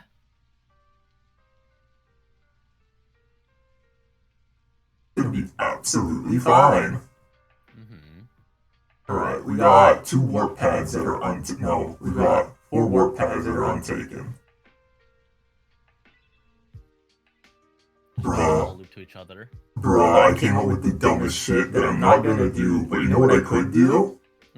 I could make it so some of these dead ends send you somewhere different, depending if it turns odd or even. Oh no! That is actual torture. God, that's so mean. That would be actual torture. I cannot believe. Actual torture. I got you. This one in the boss room will just put you back in the boss room, but there. God.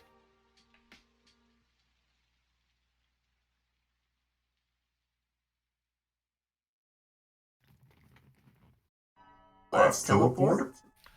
There we go. The teleports all reach. What if I just stuck you in an unreachable tile? That would be funny for one unit. You just lose that unit for the rest of the map. Pretty much. Just put him right here with the status stage person competing for a tile. And then, like, canonically, it's just after the battle, Leon busted everyone out of the cage with his cannons. Pretty much. He broke down all the walls. Now it's not even going to lead you to a warp tile. Alright! So we've got the... No, wait, we got another tile. There's the one at the top. Yeah. There's the one in the top. Plot twist, it's a safe tile disguise. Where are we going to send you up here, huh? This is very close to the end. Oh, I know. Right to the beginning. We don't got one of those. One of what? Send you right to the beginning. Oh, yeah. The return tile. The return tile. And I'll just quickly fix all those events.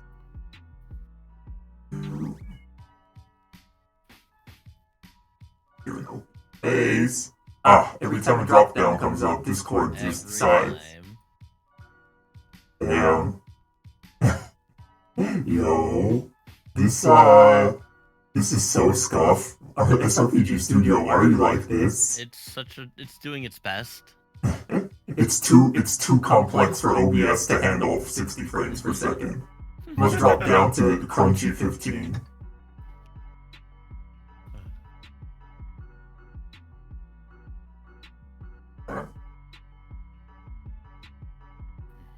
And the fact that you're just gonna be under fire. Yeah. From siege tomes and status staves. Ooh. Yeah. Low deployment might be the wave. It might be, right? I don't think I'm gonna use any confused staffs. I think that's the rule I'm gonna make. Yeah. Because that will just make it super hard. Oh yeah. Sleep is one thing, silence is one Another thing. Poison's Berserk, one thing. Yeah. But Berserk? God. Yeah.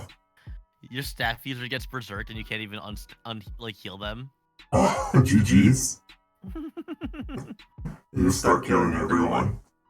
Like mandatory that you have 2 staff users. Sif would be good here because cover makes him immune to statuses. Mm-hmm. I'm just looking at this. I'm just relishing.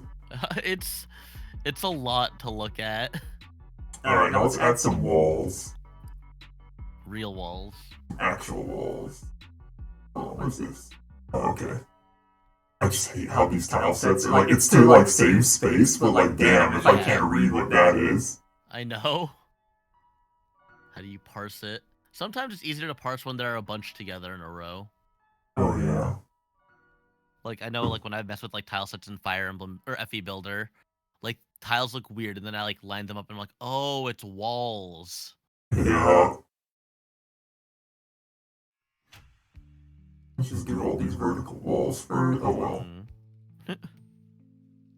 I need to replace. We'll see. We'll see if I need to replace those with a corner piece later. Yeah. Just the right kind of wall corner. Just gotta make a bend. Yeah,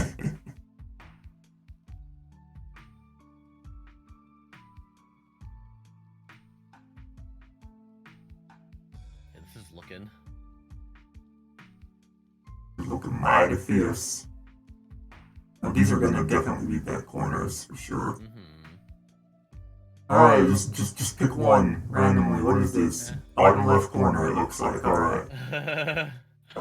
Yeah, it's so hard to tell sometimes.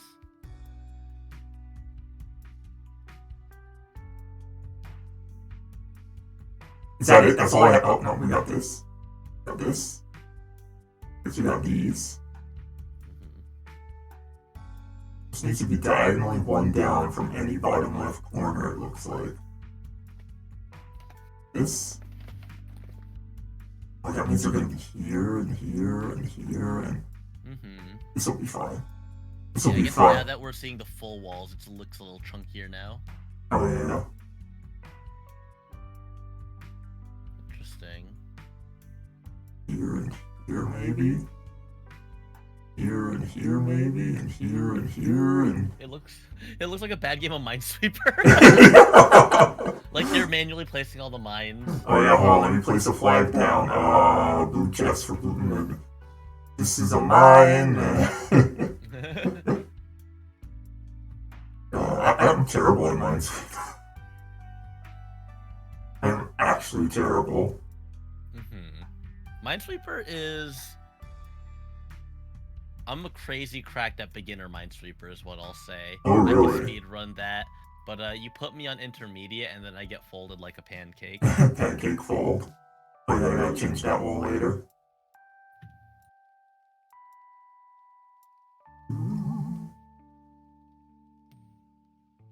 Here, same rule, but up there now.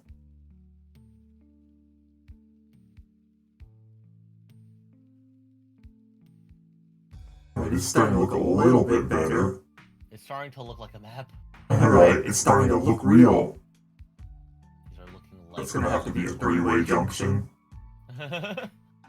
Oh, but now it's harder and harder to find the spots I need to put stuff in. Suffering from... I'm suffering from my own creation. Oh, where's the vertical side piece? Here we are. No reason to make that. I think. No, it's gonna have to be a corner piece.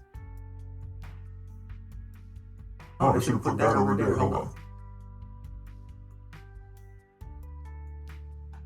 Maybe I should just work on one of these at a time instead.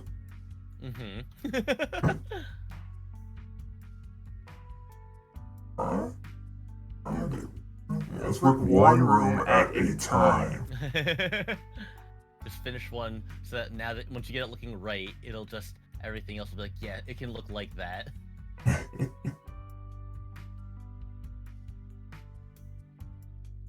We need to have that there. We need to have this.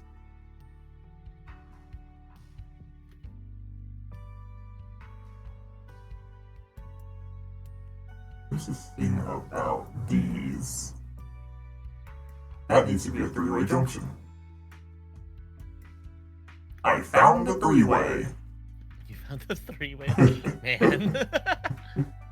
Just hashtag Fire Emblem things.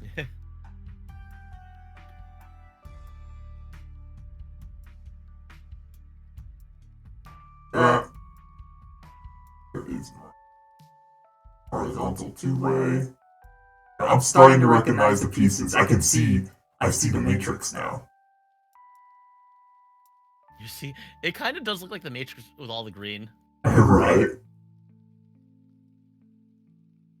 Yes. There we go. This needs to be a three-way as well. Not like that. No. Yeah. This one? No. That's a corner piece. This is it. This is the one. Where it's open up there. Yeah! Yeah. Yeah! I'm doing it. It's actually coming together nicely. Doing it, yeah.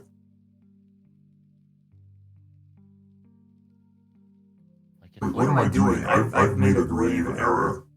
What happened? All these black squares are supposed to be the walls. Yeah, I thought that was intentional to make it, make things thicker. I don't know. I am a scrub.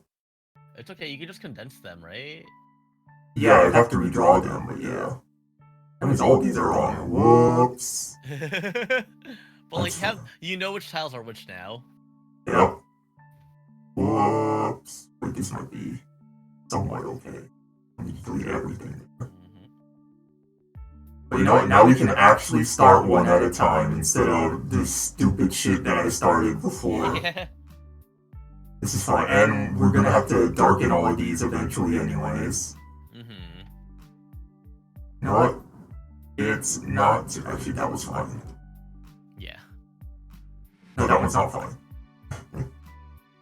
It is not. Not fine. We're not fine. Fine.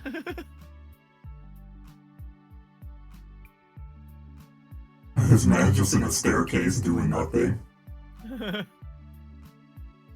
Alright, we start from here since we got this one. Means that. We'll give it a nice little trim. Make it trim and trim.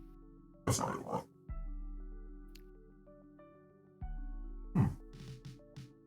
Oh no, that's right. There you go. Yeah, we did one! Small room, we did it! We did it! It looks like a box. No hicimos! Right. This stage is gonna be fun, man. This is gonna be a fun playtest. This is going to be hell. Oh, it's gonna be absolutely hell. This is the difficulty spike. This is it right here. I feel like despite, like, regardless of enemy quality, there's just gonna be a spike in difficulty because of how fucked up this map looks. This map is an actual nightmare. What I see when I close my eyes. And when you close your eyes, you can still see the map. In my nightmares. I can see the warp tiles. I can see the warp tiles. I've never been so afraid of purple. I've never been afraid of my own color. So much.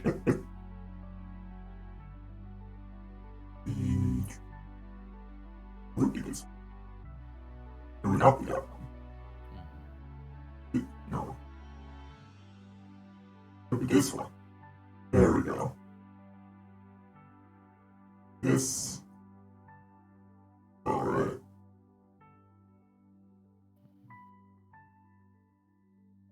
Just darken all this stuff real quick. Just darken it. We'll do that one next. I guess that makes sense to darken it. Just like, I guess, yeah, it would help add to the fog aspect of it to make them dark instead of the ground tile. Oh yeah. That was the intent all along. I did not just make that up on the spot. It works out.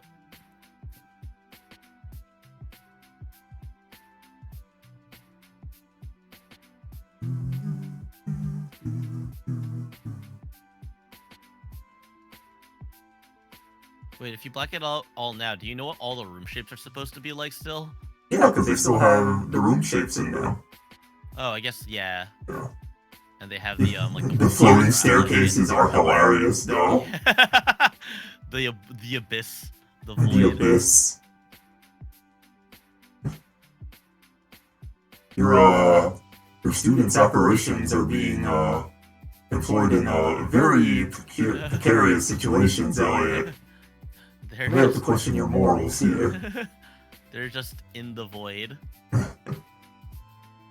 Ah, there's a basement, don't worry, the basement connects everywhere. Alright, we can delete these. We can start from up here.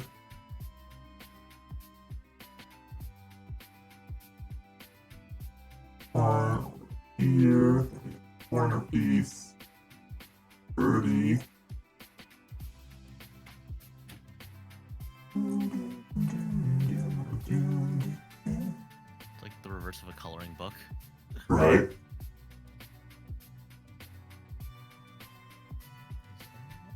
Pieces here, that one's done. Yeah, it goes up like that. Might as well do these staircases. Are you just gonna make it like a full circle instead of the weird cross? Yep. Yeah, I feel like making the walls around just the cardinal directions wouldn't look as right as a full box like that. Yeah, it would not.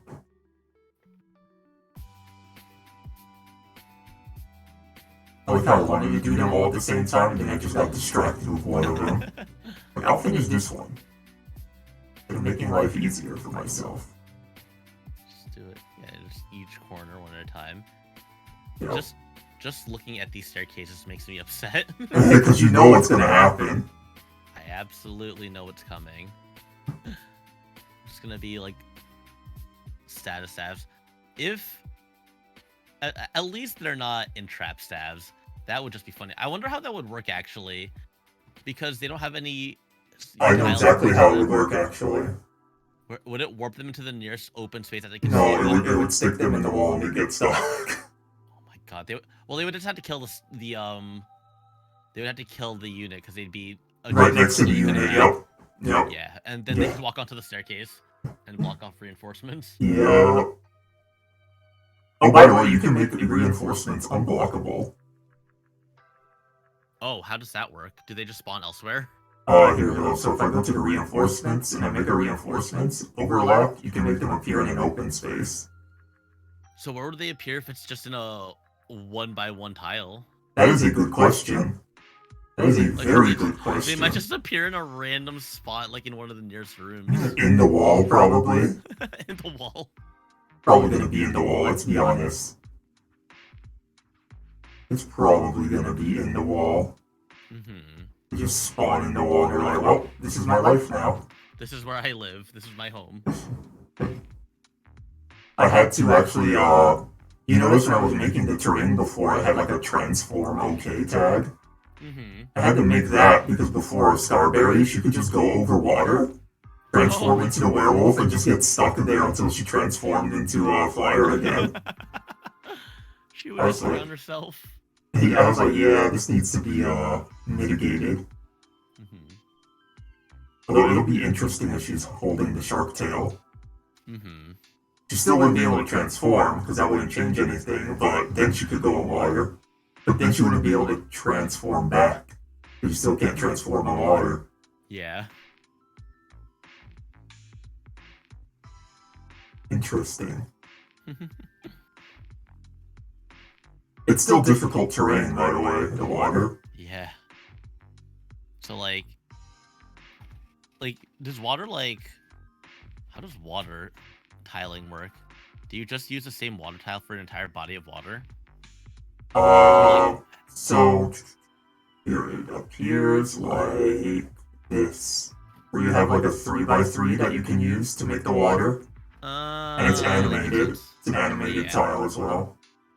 And then that middle one of the 3x3 can just be tessellated throughout the entire water. And you get like a few corner pieces as well for diagonals if you want. That's pretty much it. That makes sense. And you have the edge pieces for both like regular grass and then desert.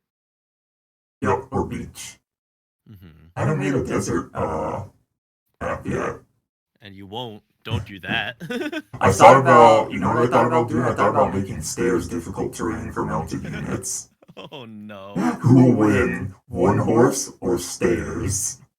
God, I hate strategy games where stairs are difficult terrains for horses. Yeah, I didn't like it in 3 houses. Yeah. Like, it's a horse. It could just jump over the stairs. Depends how many of them. You're right. I feel like a 2-tile staircase, like a 1-tile long staircase, a horse should just jump that. Oh, yeah. But like, if it's 2 tiles long, maybe it's too long. The horse will trip and fall over. Oh, poor horse. Poor horse just trips and falls on its face. That would be painful. I do like in FE how desert maps are difficult terrain except for like mages. I like the implication that the mages just bend the sand to their will, so they can just walk without worrying. Oh, is that what it was? I thought it was just because mages were supposed to be smart. No, it's just, I think in Fire Emblem 7 or 6, they say that, like, mages manipulate the ground beneath their feet so that the terrain does not impede their movement. Oh, that makes sense. That makes sense. Yeah, that's like supposed to be the canonical explanation as to why all mages are able to just walk normally. I thought the canonical explanation is that mages are used to like having so much trash in their homes because they're degenerates that they're used to wading through crap. They're just used to wading in sand. They're just used to wading. It's usually garbage, but sand, the same thing, right? Good enough. So many fucking Cheeto bags. God, that reminds me. I once visited a friend in Boston who was staying in a hotel because they were having a surgery over there. Yeah. Bruh, I entered that room, and there were so many empty bags of pistachios everywhere. I was like, what the fuck? Specifically pistachios? Specifically, yeah, that black bag of pistachios. With, like, the green lining? Yeah, that one, just everywhere. Man. I'm just like, damn. You know, at least he knows what he likes. Yeah. I'm like, what is this? Like, I don't know. I just got addicted to pistachios all of a sudden. And he got addicted to not cleaning his room? Pretty much. Oh, wait, that's the wrong file here. Oh, that's how I did this. Oh, why I did it. Oh, I did a drag. I did a drag. There you go. Accidental drag. Uh-oh, too much of a drag. Oh, I didn't even notice I lost Discord. Yeah, I've been watching on the stream the whole time. Yeah, at this point, Discord's so unreliable. Like, when it goes away, I just switch to the stream. Here it is. Just casually switches to stream. Go. You did it. It's all the rooms. Nope, we gotta do the central. Oh, the central, and then also the No. Yeah. Central and also, oh yeah, the starter. The starting room. Doot. There you go. This actually looks cool. Doot. Yeah, now it looks cool, right? Yeah, now it's coming together. Yeah, I love it when a map comes together like that. Mm-hmm. You gotta love it. The pieces are just working. I had to do some brain, I know, you have to like analyze like how is it supposed to piece together? I mean, it's not like a terrible thing that I make a mistake, but yeah, it's just easier to not. There we are. And there you are. now we just need our centerpieces. The cardinal directions. There it is. Wow! Wait, no, the starting area. Yep, the starting area. One last piece. One last piece. The most important one, the first one we're gonna see. Yeah. Where's our three-way vertical junction? Here you are. We get them three ways. Mm-hmm. Wait, that shouldn't be a three-way. That should be a top right, right? No, there should be a three-way, actually. Oh, it should be a top corner. You're right, you're right. Yeah. You're right. Sometimes I am. That's gotta be a corner, too. Yeah, that's gotta be like a... Yeah. Jeez. We could fit more deployment slots in here. You definitely could. And just leave it up to the player to choose if to use them or not. Yeah. This looks like hell. Yeah. I don't even remember how to get to the end. I just know this the first fork you're supposed to take, and that's it. That's alright. I think that's part of the adventure. That is indeed part of the adventure. So, reinforcements, right? Mm-hmm. Hit the reinforcements button up here. I'll just pull one of these guys over. I guess we'll pull this one over, screw it. Wait, no, you can't even use staffs. What class are you? Zodiac? Sage. Sage has to be the one. Mm-hmm. Put you over here. And we'll continue. I'm a student. But they are technically. Yeah. Let's see, a level 5 Sage would have how much HP? Damn. Like 30s? 30s, yeah. 34 maybe. Magic would be like, what? 14 before bonuses, skill, 10-ish. Speed, like maybe 13. A luck would be like 10. That would maybe be like 7. Braves would be like 11. Build would be a little lower, maybe 5. Get that Tessort out of here. Custom parameters. Go and copy yours real quick. This is how I gotta give them weapon ranks. Yeah. That's not naturally part of the thing. They use weapon level from the nests. Delete the support part. They don't have supports, obviously. Rank. Delete Earth. And staff. Oh, it's 251, not 250. Something's up. No, this is fine. Alright, status. Now we're gonna use a trap. No. What if I gave them physic? Oh, that'd be mean. You'd have to one round everything. Yeah. Or you have to one round everything on enemy phase. Silence.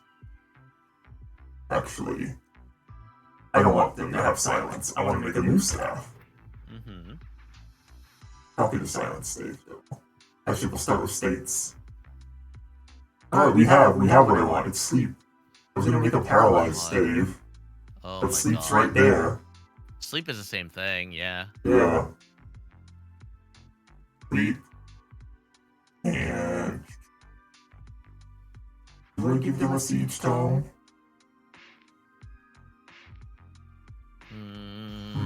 Maybe Nah. one of them. Nah, Maybe because what I'm one gonna gets- do is I'm gonna give them the unlimited weapon skill. Oh. Yeah. They'll just be able to constantly pot shot you with sleeps. Pretty much. You're gonna need to bring two staff eaters to this map. I don't even think I've ever provided a restore staff other than the one in the pursuit stage. The escape level. Wow. Well, I mean, at this point, you'll have if you have that restore staff, you'll have boss, so he could repair the restore staff at that point. Yeah. Assuming boss isn't asleep. Yeah, but if he is asleep, then you can restore him and then fix it. True.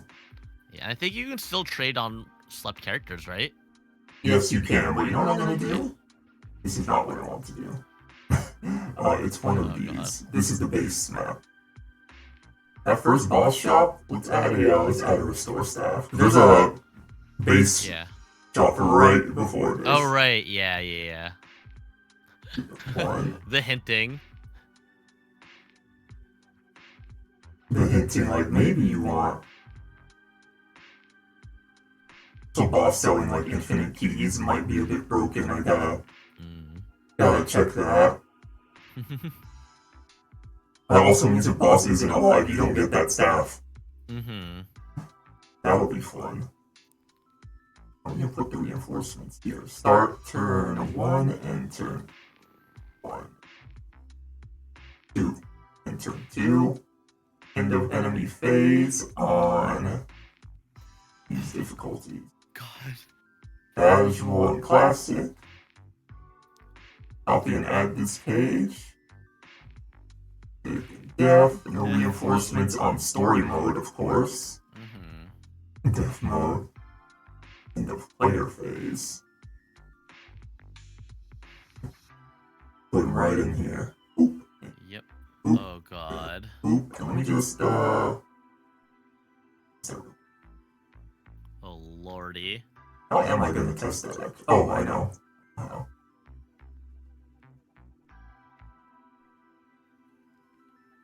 25 turns, he's gonna beat your ass. 25. It's fine, whatever. Here we go, I'm gonna right click you and manually change and Discord. And gone. Let me just go over here.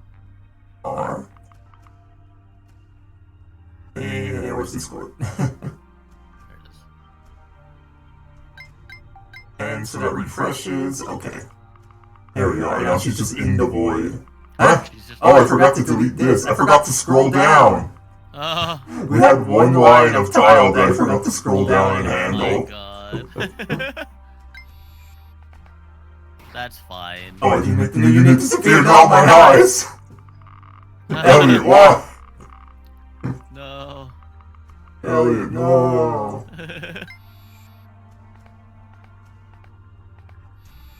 There we go. Hi, friends. Did it. Oh, they don't have as much range as I thought they would. They need more magic, I think. No, it's not based on magic at all. I think that's one thing you can't do in SRPG Studio. It's actually a set range. Damn, time to make high sleep. Oh, super sleep. Super sleep. How much range are you gonna give it?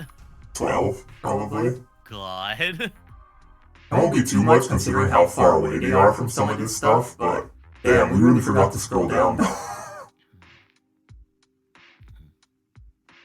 We really forgot to scroll down. The one tile, no. The one tile. Well, now we know that the limit of SRPG Studio's editing screen before you need to scroll is 30 vertical. Huh. Reasonable. That means we got more deploy slots. That means I can actually just spread these out a bit. Yeah. I am happy about.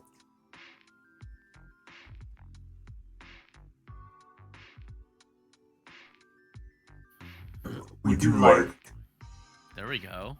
Yeah. That makes Damn, sense. I saved that. I saved that line on purpose. I did that on purpose, definitely. It worked out. It really did work out. Like, holy crap.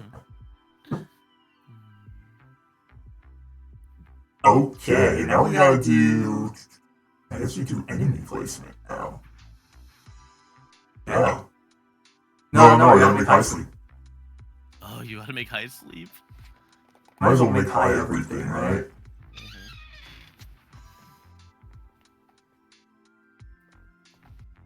High silence, staff, filter enemies, effective targets, enemy only staff.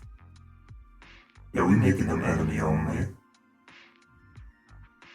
So, I'll make it 15. Only staffs are so rude. It's classic high staffs. Targets, enemy only. Oh no. Not effective targets. It's users. Whoops. That's the one I wanted. Users, enemy. 15. That real quick over here.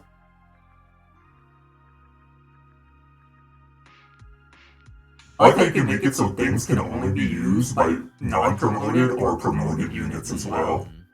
I don't know if I'd ever use that, but it is interesting. Yeah. They have to be strong enough. I confuse. Because I mean, I also have staff ranks, which is like same thing. Especially because you can only get an, especially since you can only get an S when you're promoted. High confuse is what it's called when you hit the blunt before you use the staff. It's when you get hit with berserk while you're on the blunt. Damn, and trap as well. Reinforcement tab and change this from sleep to high sleep. And actually, I'm gonna reduce the proc status because I think it's what, magic times 4? Yeah. 2 times 3. These guys have like what, 20 magic almost? Yeah, that's the trade-off for the high staves. Yeah. HP drop rate, can you imagine? make it so they, what's it called? They get more accurate when they're low on HP.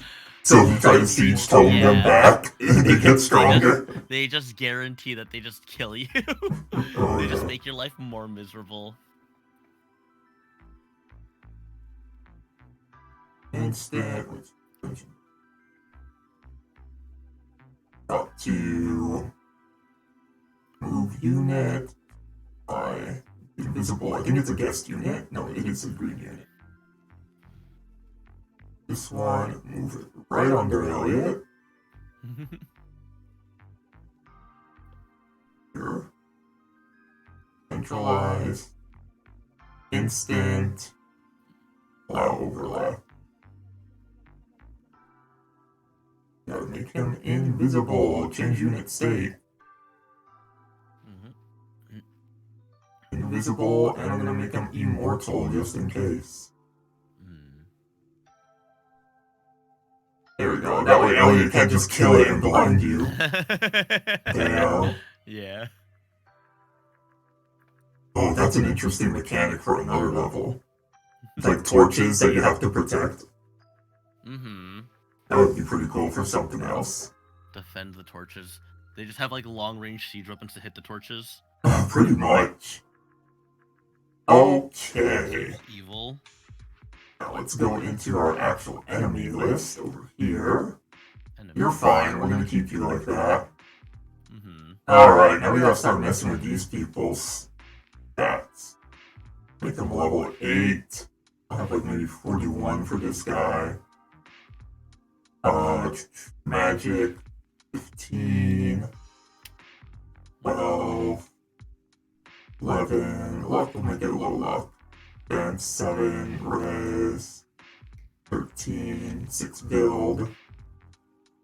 Where my siege tones at? Fear. Fear. Fire rain's right there. And you're a sage. So, how about we give you... Oh, we give you fortify? No. Oh my god, fortify on a sage. Just a heal. And we'll give you a regular tome as well. Give you a fire tome. You can D-rank tomes. What we got here? Ooh, a Zodiac. Gonna be level 8 as well. The units are a little tankier, so maybe they're gonna have 48 HP. God. Actually, no, that's way too much. That's way too much. Yeah. I'm gonna give you like 36. I'm gonna bring his HP down too. Like 32. Way too much. We have a Zodiac. You can use all weapon types. First of all, since they're the only dark one, I'm gonna give them Eclipse Tome. No. Oh my god. Oh boy.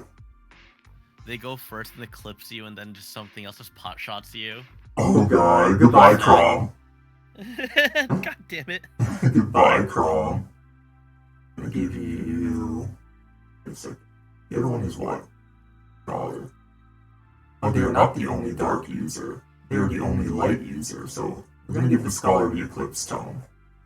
We're gonna give them the light, Divine. We're gonna give them the light Siege Tome instead. Okay. We are gonna give them a stronger Dark Tome. Jonesy's Cosmic. We're gonna give them... do we give them Luna, or... What's this one called again? Nosferatu. Nosferatu. Yeah, oh god, it's gonna be so fucking annoying. Thank you, boy. And we'll give her a Blizzard Tome just to fuck over anyone weak to it. I think the thing interesting about Nosferatu, like, versus Luna is that Luna's like really swingy because of its ability to crit. Nosferatu, like, you know that you have to deal with this in some way. You know that he's gonna be healing and have more HP than what is actually. Oh yeah. Wait, I didn't do his stats though. Imagine having 0 magic as a Zodiac. Mean. Nah, this man's got high magic. He's definitely gonna have 19, but low skill, like 8. Mm-hmm. He's gonna be like 6. We all know the dark mages are unskilled. Unskilled and cannot hit the broadside of a barn. Yeah, but they do have decent defenses. So he's gonna have 12 defense, 16 res, have a little bit more build as well. I think that would be good. I got something even cooler we can do, but maybe they drop their siege tomes if they still have them. God, that would be free siege tomes? I feel like that's too much power. Free siege tomes if you speed run to them. Because they'll probably break their siege tomes before you can, Yeah, unless you... It might be interesting if they can canto on a tile and then, like, you get Pawsworth to, like, super launch someone through the right path. Or boss. No, boss wouldn't really help. Because they get canto anyways. Yeah. Will everyone in that main room move once you enter that room? What do you mean? Or the boss room. So if you when you teleport to the boss room, will all the enemies move or? They will only move if you're in range of them. Okay. Which I think most of them actually looking at this, I think any of these 4 areas, I think you're gonna end up in range of them, right? Oh yeah. Actually, I have to do something before I forget for them and make it forbidden that they go on warp tiles. Imagine they just clog you up. They just clog you up. They just block you off. You say, nah, eat shit, boys. Where is it? Passable terrain and this one. Impassable terrain. Can I copy that real quick? Copy pattern data is what I can do. Oh no, it's like this. I copy this. Damn, no I did not. I copied 2 instead of copying from. Oh no. I'm a scrub. Copy 2. It's kind of unclear how that works, but okay, we got it.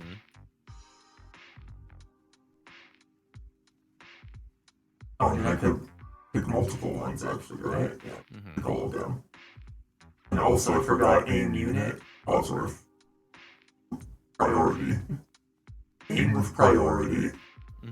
You fucking hate that guy. That guy says fuck this guy in particular. Pretty much. Oh, actually you're supposed to wait and wait only. Then that page. Turn 25.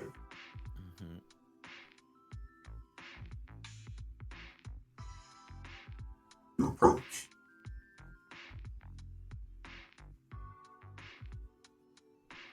Okay.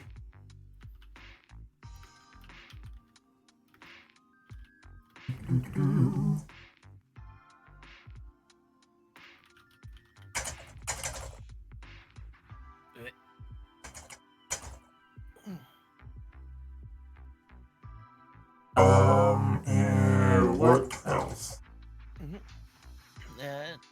So... This is some fucked shit. This is horrifying. I know, right? And there's not even enemies or treasures, like, not even counting the side objectives. Oh, I mean, there will be treasures. No, yeah, I'm saying, like, already just, like, looking at this as a normal map. What should I put in mimics? Oh my god. Like, you put it in, like, that room and then it, like, right on the top left of the boss room with the one tile. And the thief just gets killed by mimics. Yeah, it's like that one, like, that L-shaped room in the top left there. It's just, you walk down, the chest on the bottom of that L shape, and then you just fucking get hit. You fight a mimic. The guy, the mage that spawns in the staircase to the left, just hits you with a sleep, and there's a mimic. Ouch! Uh. Ouch! Alright. I'm just gonna compare these guys. Oh, I didn't go down there. Oh no, I turned on my number lock, that's why. 15, 5. That's actually gonna stay at 3. These are your glassy types. They're gonna have the Eclipse Tome. God. The concept of a map with multiple siege and siege staff and siege tome users, one of them having an eclipse and knowing other enemies are just on this map too. What if they were the only enemies? That might be interesting, because then it means that, like, when you get to the boss room, you're gonna have to deal with, like, a gauntlet of 5 really strong units. Yeah. Like, But also, you just make a beeline for the boss.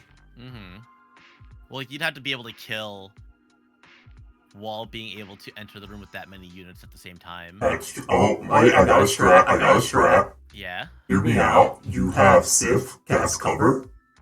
Oh. Then you have pause word for rally him, so he can enter the room and just cover everyone that enters with him. True. Damn, Sif godlike. You would need to, like, hit him with barrier too, so that he doesn't get blown up by all the. There is a barrier staff before this. Yeah. You would have a barrier. I don't know what his res stat is.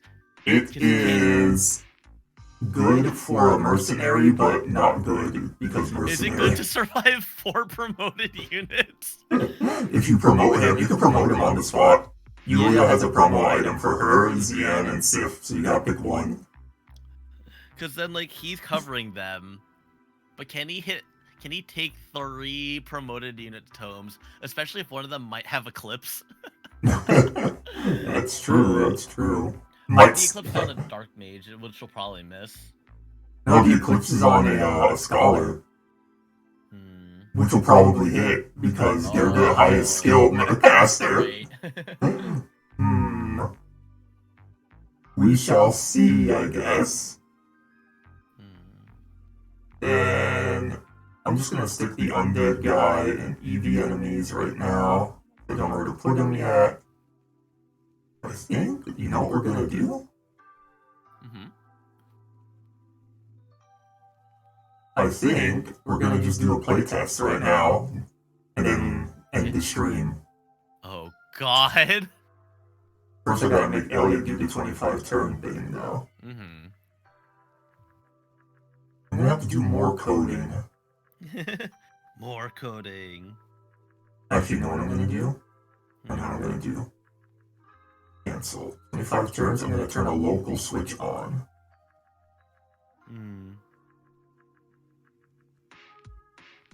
And then I'm gonna make an event that basically loops every turn. Oh. Because he won't. Because the thing is at the end of 25 terms. I want him to be like. I want him. It's like how I'm saying him when you're right in front of me. I want you to be like. I don't know. What would you say when you finish a Rubik's Cube? What would I say when I finish Rubik's Cube? What would you say? I feel like I don't really think about it because I just do them so frequently that it's just like, oh well, back to what I was doing. Anyways. I have to have it focus on you then. Oh, I got it.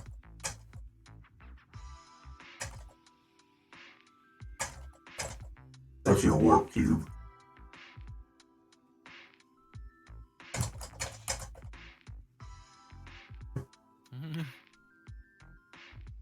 Completing assembling the warp cube. It is time. It is time to beat some ass.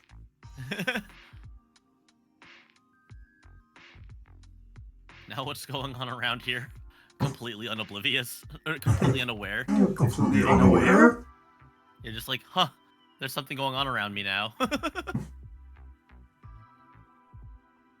left my class unattended for 25 turns.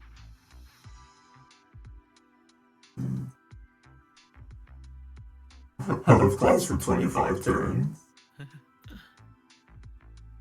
Oh, yeah. Let's see how the students are doing with their work. Oh wait, this part needs to be in the other event.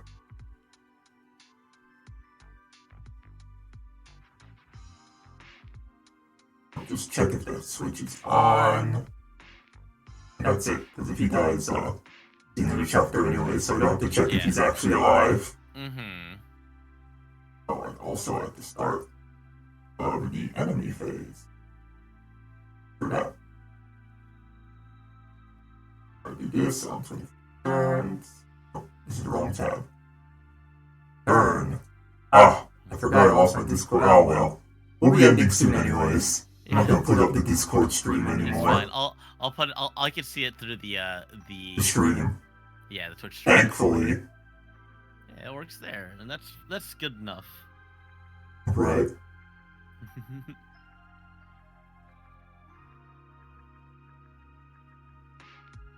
Ah, I forgot. Do that real quick. I forgot you cannot unit appear enemies. It has to be an event enemy. So what I gotta do is copy you over. Or create player's enemy, make a duplicate of you.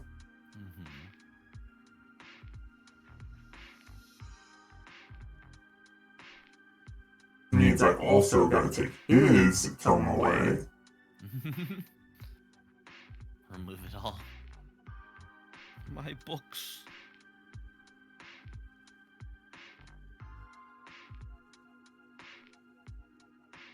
Here. Now I can make you appear because you're an event enemy. Mm-hmm.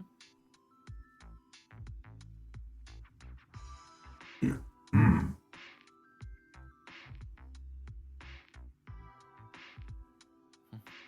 This is fine. Gotta make it a variable.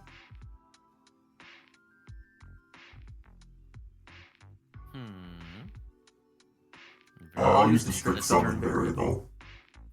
Because it's reassigned when you summon every time, so I can actually reuse it.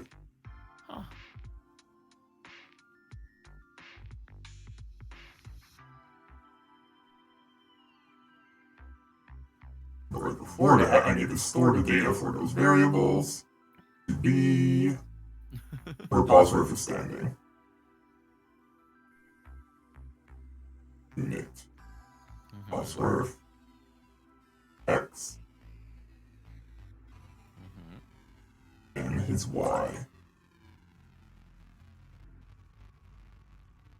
X and Y. And this is assigning what again? This is assigning where Elliott's gonna warp to. He's gonna warp right in front of your lord and be like, it's time to beat your ass. You took too long, buddy. Pretty much nothing personnel, kid. I'm going to bash your head in with this cube. He's appear in an open space next to him. And then we're gonna set this event to free. So it'll execute again on the next turn in case you try to warp somewhere. Alright, let's test this out. Let's see how this goes now. With only these enemies.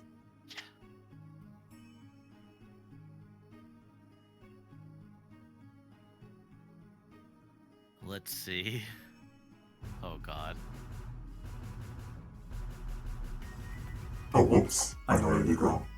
What happened? It's not this guy that moves, it's you that moves. Here, don't see a fall. Yeah, so you move him over instantly. Yeah. To move him, just need to change his state. There we go. I was like, why is it so off-center? I hate it. Yeah. There we go. It's just like... It's still slightly off-center because I think he was supposed to be 2 squares over. Yeah. Oh, well. There we go. Alright, well, why am I watching the thing? Alright, who do you want to bring up, Scott? Elon, yes. It's no, you, nah. Who do you want? Let's see. Alright, these are test files, so I gotta bring Elliott. Just bring Elliott in. I'm blank. You know what, Just have boss? her like bum rush the entire map by carrying Leon. Bring all our state users, bring Sif.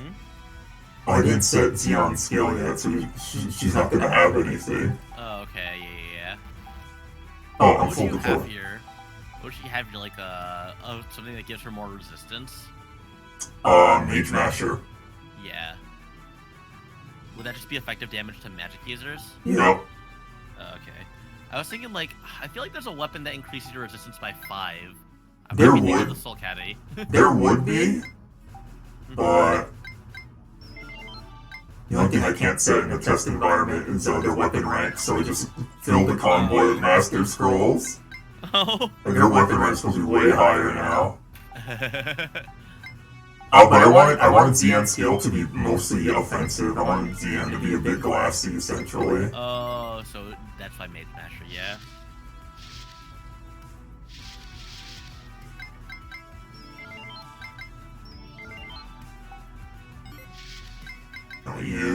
Oh, she's not promoted in my test file. She would definitely be promoted in my other file. Oh well. I mean, do you have Master Seals here? I did not put them in the convoy because I'm an idiot. Oh dear. Where's Yulia? Just Yulia. like smacking them with Master Scrolls. She has a hero's badge though. Mm-hmm. Oh, I love Sif's little promoted sprite that I found to give him. Look it out. Let me see it. Oh shit, that's not the button I wanted. Look how brawly he becomes. Where is it? Oh, he's huge! He's huge! Oh, which one has more res? None of them do. The 8 res for both of them. Which one has more speed to dodge? There, Fencer. Yeah.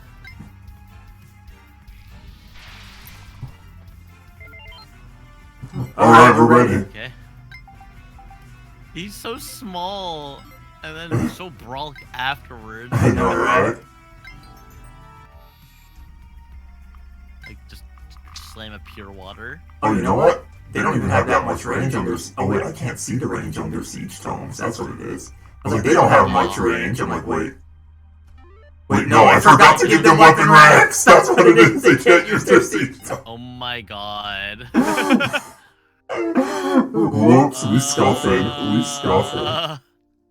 We are scuffed. Is it? You can set their weapon ranks though, right? Yes, I can. I just forgot to give it to them. They just had like the default starter ranks. I'm just gonna give them max weapon rank and all types of magic, even though they can't use them. That way I don't have to think.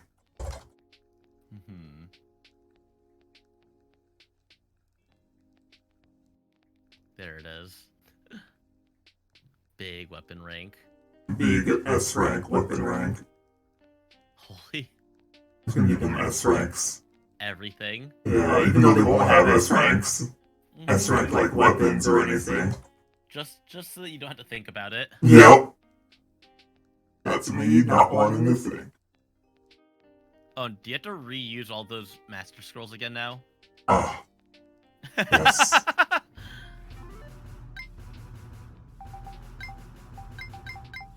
At least I know what my team was, right? Yeah.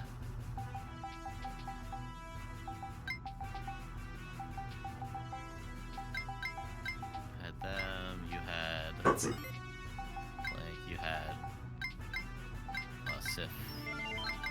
There we go. One more. I like that Bodega's just chilling in there. At the bottom of the screen. Yes. She's just there. Look at the bottom of the screen. Yeah. She's out of the fog of war.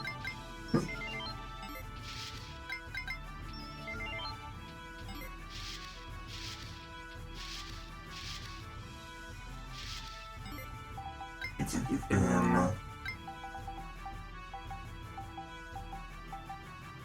Now we can equip the hero's badge. Fencer. Okay, Swordmaster, kinda. Yeah. Does it get extra crit? Yeah, it gets a crit. Oh, okay, yeah. And... Who's good, right? Yeah, who's good. Alright. Well, I know which way to start at it. Yeah. Uh-oh. We in Siege Dome range already? Are we? Yes. Oh my god! You didn't see when I pressed the button, the red arrow just showed up and you are in murder range right now. I can't wait for you to like teleport and then immediately still be in Siege Tome range. Yup. That's a lot of the map. Oh god. Oh boy. No, I'm gonna have Sith ride, boss. And have him stay here. Oh, I have infinite turns on. Hold on, I don't want that. Yeah. Well, you can just move everyone and then hit the end turn button. I could, but no, I actually want to use perform, that's why. Okay, yeah. Just to see this actually... Oh no, I forgot to make it so they're reusable. Oh. We scuffing. We scuffing. They You know go what? reusable. They're warp tiles. They're one-time use right now. Wait, are the warp tiles one-time use for the entire... Yeah. Oh. For the I entire see. map. That's it. No one can ever warp again on that One tile. way, baby! Alright, we'll just take the other ones for funsies, I guess. Yeah. Oh, he's safe. He's safe. Draco is going on her own. The Draco is going to die. I believe in her. Shemaya's, able to go somewhere. In Oh enemy range. god, maybe if I just put these guys in enemy range. Yeah, I yeah, forgot yeah. to make them reusable! Alright, where's this gonna go? Oh, we're going up to I wanna Shemaya. see how this turn goes. Fucking annihilated because she wasn't promoted or leveled. 21, oh Jesus Christ. Yeah. Oh my god. No. 21 for the Eclipse Tunnel. Alright, we dodging. We got the 1 EXP. Okay, yeah, 21 for the Eclipse. Wait, no one. My man decided not to fuck with. Oh no, they didn't attack. Oh, Someone okay. didn't yeah, attack. This Tachi. one didn't. Or, no, Kenji attacked. Oh, on the right. Yeah, Tachi didn't attack. Cause he doesn't have a siege tome. Yeah. Oh, is this not the siege? Oh no, this is the A rank. Oh wait, that's the wrong one. Yeah. Still, there are 2 siege tome users. That is. Ah, right. Enter. I want to see Draco enter the room. Well, we wait until next turn, boys. Oh god. Oh god, Where to plan. go? Okay. Okay. Classic 1 EXP is back now. Mhm. My man really wants to splinter Sleepy. 21% accuracy. Ah, and now the reinforcements are there. Oh god. They're there. I need to go. Oh, you know what? Hold on, I'm safe here. Let's get this enemy phase. I think it's here we want to go. I mean, if I make it wrong, I'm in. You made it? I'm in, boys. It goes so far. Oh god. Let's see how this goes. I'm so excited to see how this turn goes. They're still trying to siege Black. Is Bodega at least attacking? Hold on, we'll see. Oh god! Oh god! Okay, we're good. Okay. Kaji's going with the Divine. 55 hit. Wow, that's a one-shot. Yeah. A one-shot. He's not supposed to have the Divine Tome. Oh, here comes Bodega Rat. Bodega Rat stole it. Okay. 70%. Well, Bodega Rat stole our only heal. Oh my god. Can you kill Elliott? Probably not, because I think we got hit by a high sleep. Oh my god! Holy shit. This is gonna be a funny chapter. That's it. We're just... This is... This is the anti-Iron Man chapter. It really is. Iron Man killing off one of their units just to avoid this X chapter. So, I think we're fucked. We can still dodge while sleeping. You can We did still not while dodge. sleep. Oh god. What, 38%? We're too hard. Wow. Holy moly. What a chapter. What a chapter. Even if it wasn't scuffed, that is just so much. Bro, I don't even think we need any more enemies on the map. I don't think so either. I think this is a funny challenge chapter. And like trying to raise Mora to the treasure is enough of a side objective, I think. Oh yeah. Oh god, what have I created? A funny map. Oh god. But I think we can end the stream here. This is perfect. This is a perfect ending. A very funny map. Yeah, I had a lot of fun making this with you actually. Yes. It was very funny to see it happen live. Just the design And all this stuff. It looks real. This is real. This isn't a game. Oh yeah. This is a game. Let's find someone to raid. Actually, my friend Nyla, who just debuted it, well, who I met through a raid from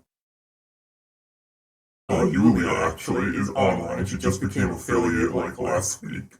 Awesome. I think. She's playing 3 houses? Okay, that's right. We had a poll for what her next game was going to be. And it's 3 houses. It's 3 houses. Yeah, it was 3 houses. So I think we're going to raid her. Very cool. There she is. But, thank you, Elliott, for appearing. And thanks to everyone who's... Yep. Oh, yeah. Thanks to everyone who was watching. And I hope they enjoyed, and I hope they come again someday. But yeah, this was really fun. I think I'm going to do more of these. But yeah, so it's a great time. Bye-bye. Yes. Have a good day, everyone. Cool.